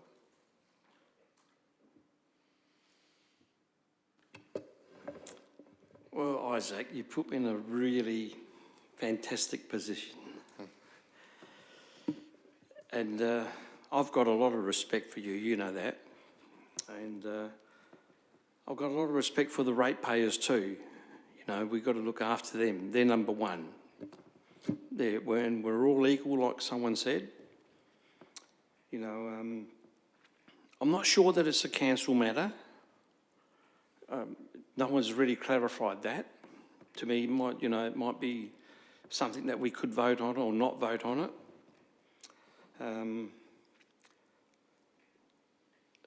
But I got to give you 100 points for coming out.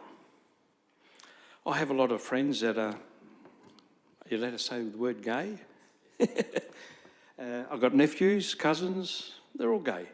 Not all, but I've got a lot of them gay. And it's not even mentioned, that doesn't matter what they are.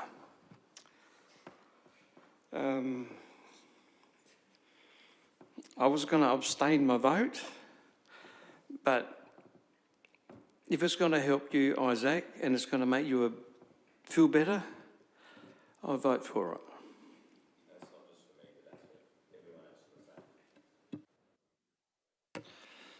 Thank you, Councillor Vallelonga. If there's no further comments, before you close, I might just quickly provide a couple of my dot points if I can. And firstly, thank you members for the respectful debate. I think it goes to show the safe working environment that we all bring in when we come in through the door. For me, I look at this simply, and it's probably a little bit too simply, but I can't not look at it very simply. It is an inclusion opportunity of information sharing with our colleagues in other council areas. And we do this work on a whole range of topics, and we do, in the town of Gawler, do a lot of great work in inclusion. Are we doing everything we possibly can? I don't think we are. And that's not custom to this council. I think whenever we think we've reached the pinnacle, I think we can always strive to do more. And that goes across every conversation that we need to have. Taking the lead to have the conversation, I think, is part of the cohesive community we do talk about in our community plans and the like. And again, this topic is certainly one topic, but it is linked so strongly to how we want to carry out our business and how we want to provide that safe working environment, that safe community, more broadly, as we move in to the growth that we're going to see and provide that safe space for families to come in, no matter what. And so this conversation, I'm really interested to see where it goes. Don't get me wrong, full disclosure, there might be a little bit of scepticism I might have underlying, but it might be misplaced. But the very fact that Councillor Vallelonga asked, is it okay to say the word gay, is one of those conversation pieces that maybe there is some education, and sorry to pick on you there, Councillor Vallelonga, but there maybe is some education that we can cross-share across the local government community that we rely on, because I think there are examples of councils working internally but not looking outside and seeing what other great work other councils could be doing and what we could learn from and vice versa. So I'm interested to see where this goes if it gets up. And yeah, that's probably my comments there. And also, once again, thank you, Councillor Solomon. Those sorts of conversations are not easy to have face-to-face, let alone publicly. So that's a strength not many people have, so credit to you. And would you like to close the debate, Deputy Mayor? Thank you, Mayor, and thank you all for the debate. I'll just close by addressing a couple of concerns that were mentioned during the debate. Firstly, I think we can all agree that we need to promote a safe and inclusive community to ensure that everyone in our community, first and foremost, feels safe, and then secondly, feels included. This, I see, is an action to our policy. We have at the highest level of policy that we need to have services to be inclusive for our community. I think this very much is about taking that next step from acknowledging that we need to treat all people in our community equally to actually engaging with them and going, okay, what can we do to make you feel more included?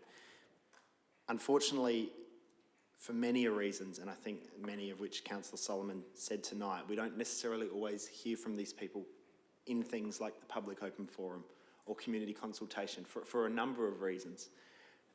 And same goes for a number of different minority communities within our town. I think this is a very simple and effective way we can directly go to a safe place where we have not only professionals in this space, but the people it affects the most every single day, and hear from them what we can do to be better. And there will be times where we will feel uncomfortable and we will need to have some conversations. But I think if tonight proved anything, we're a council that is willing to have those conversations and listen. Again, I want to just reiterate, there is no obligation to commit to any implementation of any of these actions. Of course, I hope that down the track we can aim to implement some of these strategies, big or small, but that is a discussion to come. And I think the key thing is, as Councillor Samble said, we need to support our community in every possible way we can. And to me, this is really a simple but effective way we can support that part of our community. Because how do we know what that part of the community wants unless we actually engage with them? We all know how good the Gawler community is, and we all share a collective love and respect for it. So let's ensure those same opportunities we all appreciate are afforded to everyone in our community. And finally, I would sincerely like to thank Councillor Solomon for his speech tonight. I think it's incredible bravery, and you have the utmost respect, I think, from everyone in this chamber and from many members of our community. If anything, the respectful conversation that happened tonight should be an example, I think, to plenty of world leaders when it comes to challenges we're discussing, about how some of these concerns, no matter what your view, no matter what you think, no matter what side you're on, can be discussed in a really respectful way. So congratulations to everyone, but in particular, Councillor Solomon, thank you very much. And yeah, I hope to have your support with this one. I think it is going to send an extremely positive message to our community with some real tangible actions to come down the track. So thank you very much, everyone, for the discussion. Thank you, Deputy Mayor. That motion is now closed. I'm going to put that motion. All those in favour? All those against? That is carried. Thank you very much. Okay. Moving forward, we are now on motions without notice. Do I have any motions without notice? If I don't, I will move on to council member attendances, and gold star to Deputy Mayor White for providing his in advance. Would you like to speak to them at all, Deputy Mayor, seeing as you've got your list in? Just very briefly, fortunate enough to attend a number of events and represent council at a few of them in the last month. A quick shout out to the PACE Festival, which was on a couple of weeks ago, as well as the Gawler Textile Art Weekend. There was lots of events happening around Gawler, so congratulations to everyone who was involved with those. Of course, a number of us were at the citizenship ceremony a few weeks ago, which was fantastic, and a huge number of new Aussie citizens being inducted, which is great to see. We also got to see Mayor Shanks wearing the robes for the first time, which I think was a highlight. I attended the RSL Gawler sub-branch annual dinner on the weekend along with the CEO and Fee, and it was a really great night. I think the highlight was the President, Colin Wardrop, gave an overview of the activities the RSL does and the people it attracts, and when you lay it out, the RSL do an incredible job not only supporting veterans within our community, but for the broader community. Even if you just isolate Remembrance Day and Anzac Day, tens of thousands of people that are involved in those events. So congratulations on another successful year. I also headed down to the Prince Albert Hotel on Saturday with Chris and Fee as well, and we attended the Medal on Murray showcase for a couple of hours. It was certainly, look, I wouldn't say it was my cup of tea on any given day, but to see the amount of people there, to see the talent on show, and the people not only from Gawler but that have travelled from across the state, it was huge. It was awesome. You couldn't help but have a smile on your face. So, I guess the opportunity to be invited to some of those events that personally I would never normally go to, but to see how the aspects of our community, we're talking about diverse members of our community. I think that the heavy metal crew are a great bunch, and yeah, appreciate the PA for putting that on. And also it was a weekend of racing. I was at the Gawler and Barossa Jockey Club on Friday and Sunday at the Greyhound races for the annual cups there, and they were very well attended, and of course both clubs run very important community aspects in regards to their function centres, and I think I tried very hard to get that across to the clubs that council are very much appreciative of the services they provide as far as community work goes. So that's my rundown. Thank you. Thank you, Deputy Mayor. Any other? Before I go to Councillor Samble, no, I'm just kidding. Councillor Samble. Councillor Samble, would you like to let us know? No, you'd like Councillor Hennessy? Yeah.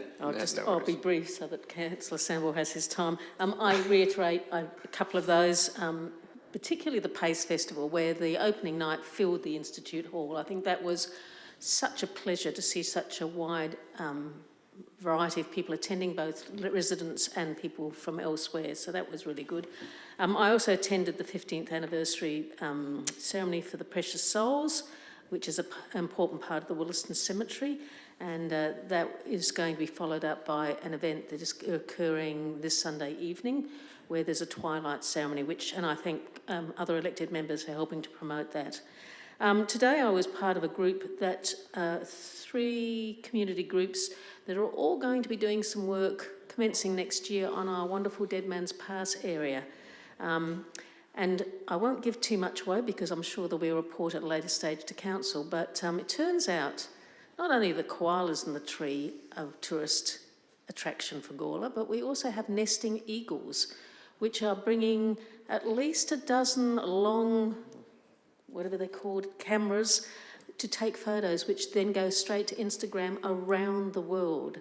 So one of the projects that's going to be happening is hopefully a publication of all the beautiful birds that can be found in Dead Man's Pass, but more of that to come soon. Thank you. Thank you, Councillor Hennessy. Councillor Lorne? Thank you for that. A couple of weeks ago, attended the 2026 Variety Bash launch. The relevance of that is obviously you all know that I've got a car going in 2026, car 000, Disorderly Orderlies, sort of fits us quite well. But the really good thing about that is they nominated that they will be starting from Gawler. So I believe Chris is in touch with them and doing some stuff. So I reckon that will be an extremely good event to have. I think there's 70 to 80 cars that will roll out, all done up and whatnot. So very excited for that. So Perfect. 99. 99. There you go. 99 cars. Bottles of beer on them. Thank you very much, Councillor Lorna. Councillor Sol? If there's someone left, it might push him. Anyway, you go. I'll run down the clock till 10:30. No. Yes, I just 2 things I want to mention. I attended the launch of the latest exhibition at the Gawler Community Gallery as well, which, forgive my mispronunciation for the last name of the song, but Don Mayer, who's who's launched his exhibition called Drawing a Bit of a Line. So that's on now at the gallery, and there's some amazing pieces in there. Unfortunately, I was unable to make the PACE launch, but through apologising for not making the PACE launch, I became aware of that and was able to attend as well. So, and I just wanted to, of course, mention the Williston Football Club presentation night, which I attended as well.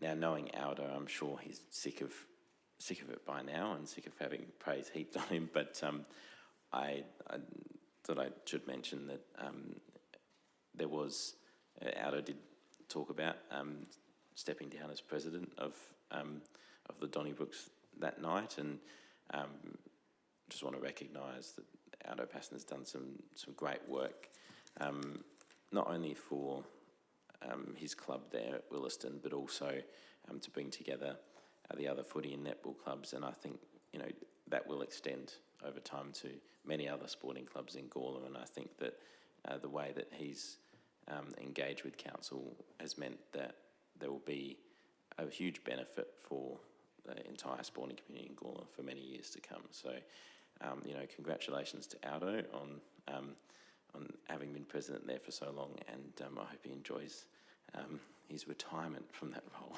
as well. Thank you, Councillor Solomon. Councillor Davies? Yeah, I'll just actually mention a future attendance, because tomorrow morning I'll be down at the Games and Social Club at the Elderly Centre representing council in their inaugural AGM. They seem they've existed for a while, I believe, but are now becoming officially incorporated, so which is great. Fantastic. Nobody? No, I'm just... Councillor Sam. Oh, no. Jim. Jim. What have you been up to, Jim? Councillor Vallelonga?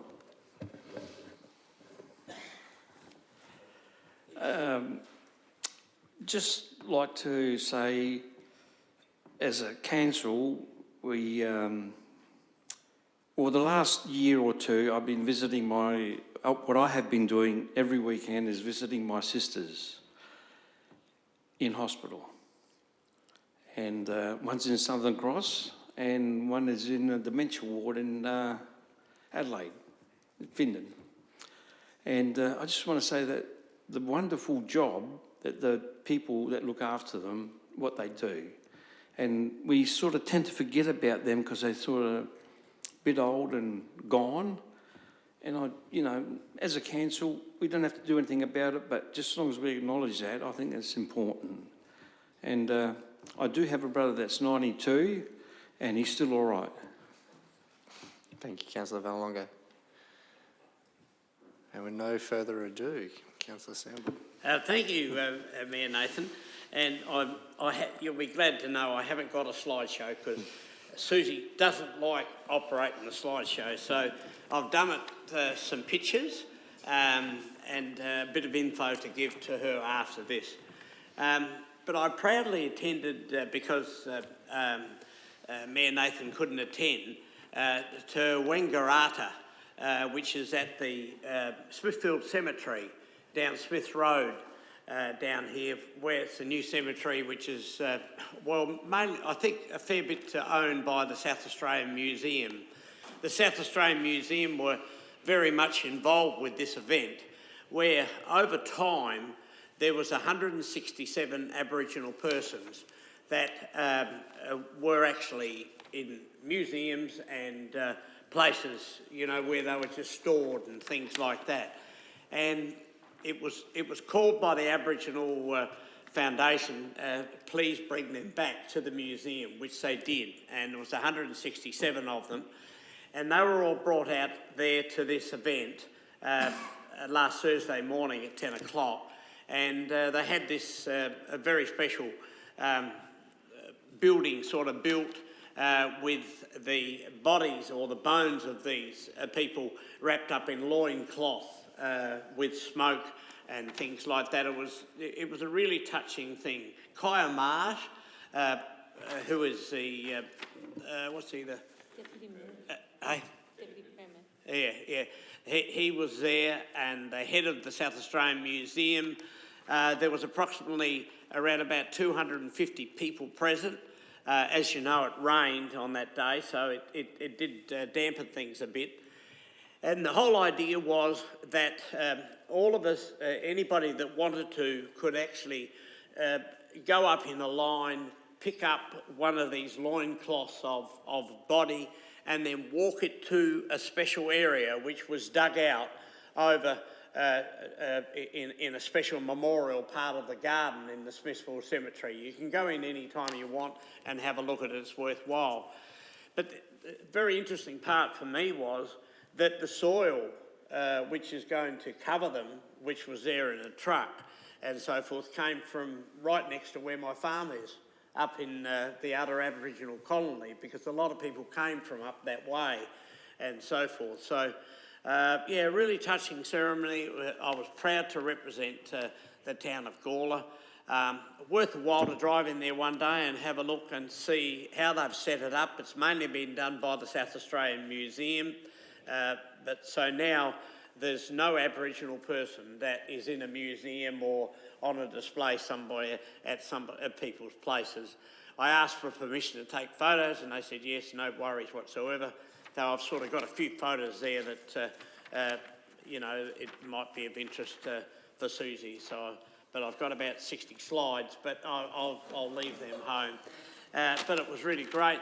And yes, and attending some of the other things that, and it's been really, really great the way things are going on in Gawler at the moment. The events have just been worked out fantastic. I don't know when David Barrett and his team ever rest, because it just seems to fall into place. So it's really great, and I'm very proud to be a councillor. Thank you, Councillor Sample. If there be no others, I might just quickly give my list, and I do note I probably should have sent this in sooner, so sorry about that. A lot of them have already been mentioned, and I think we can all agree they were great events. The Pace Festival, I think, was done really tastefully, and I think it's a real success. I also like the spin-off events that You Walk the Town. It really showed it came alive, as our town does when it shows up supporting not only Gawler artists, but also the regional artists that come in. Also, the third birthday for the Makers Market. I was really honoured to cut the cake for the third birthday for the Makers Market. It was buzzing. It was one of those situations that when you see a civic centre actually housing all these stalls and seeing people from our community and even outside of our community come in and do their hot laps and spend a bit of time, it is one of those civic outcomes that our civic centre, I think, it does well, it plays host. And I not only was here to cut the cake, but I think I was here for another couple of hours, ended up carrying some bags and, showing Addie and Millie and all sorts. I think we ended up spending way too much money, to be honest, but I wasn't going to win that debate. So we also had the Precious Souls. I think that was really tastefully done in the Evanston Hall as well, and a credit to the people behind the scenes. And I know Councillor Hennessy is probably being a bit modest, but she's a big part of that organisation as well. Congratulations to them. Unfortunately, this topic touches more than we know, absolutely. I will also mention the South Gawler presentation night. I think it's presentation night season, or albeit I think we're coming to the end of it. But, you know, I've been going to these nights for many, many years. I have certainly enjoyed going as a councillor because you do look at these community groups, these social events through a different lens. And all I see whenever I go to any of these functions, presentation nights and the like, whether it's football, netball, cricket, soccer, whatever it is, the vibrancy and passion that is within that room, you can just feel it as soon as you come in, and it is great to have a chat with those community groups after they've are able to let down their hair after a busy season. And all about gearing up for the next one. And also provide my congratulations to Williston and Aldo Passon especially. I completely echo Councillor Solomon's sentiment there. Aldo Passon will leave a great legacy, but the club is certainly better off of having him, and I'm really looking forward to seeing the big shoes that are filled after, and I know they will. So we also had a series of meetings with other ratepayers and the like, but I also just want to touch on the training the CEO and myself did as well through the Hope Cup. It was certainly for me, I haven't bowled a cricket ball in a good over a couple of decades, so it was good to be still sore about that, but a good up and coming event for a great cause about the homeless here in our area, and the Hope Cup, Salvation Army, the work that they do behind the scenes along with our council staff through the Red Room project is something to get behind. I know we all have that education about what goes on behind the scenes, but certainly sharing the word and seeing if we can get some support through the Hope Cup is certainly on the agenda. And we have that the 16th of November, I believe, is the big day that the Baggy Reds go on, and we all make fools of ourselves, which will be great. And yeah, I won't go too much into the rest of the items, but I also like to thank personally Deputy Mayor for stepping in over the weekend. I've got some a mate's wedding that I had to prioritise, but I really thank you for stepping in, and also Councillor Samble as well. I think it's been great to be able to see Councillor, and also Councillor Davies as well for tomorrow. Just being able to get councillors as well at these and represent council, it's a big help for me, and it's also, I think, a great message to send out into our community as well. So that's where I'll leave that one. But yes, sorry for rambling through that, and I think we probably should all take a leaf out of Councillor White's book. Thank you very much for that. If there's no others to add, we will move through the agenda. Confidential reports, we have nil tonight. So to that end, we're going to close the meeting at 9:14. Thank you, members, staff, and those tuning in. Enjoy the rest of your night.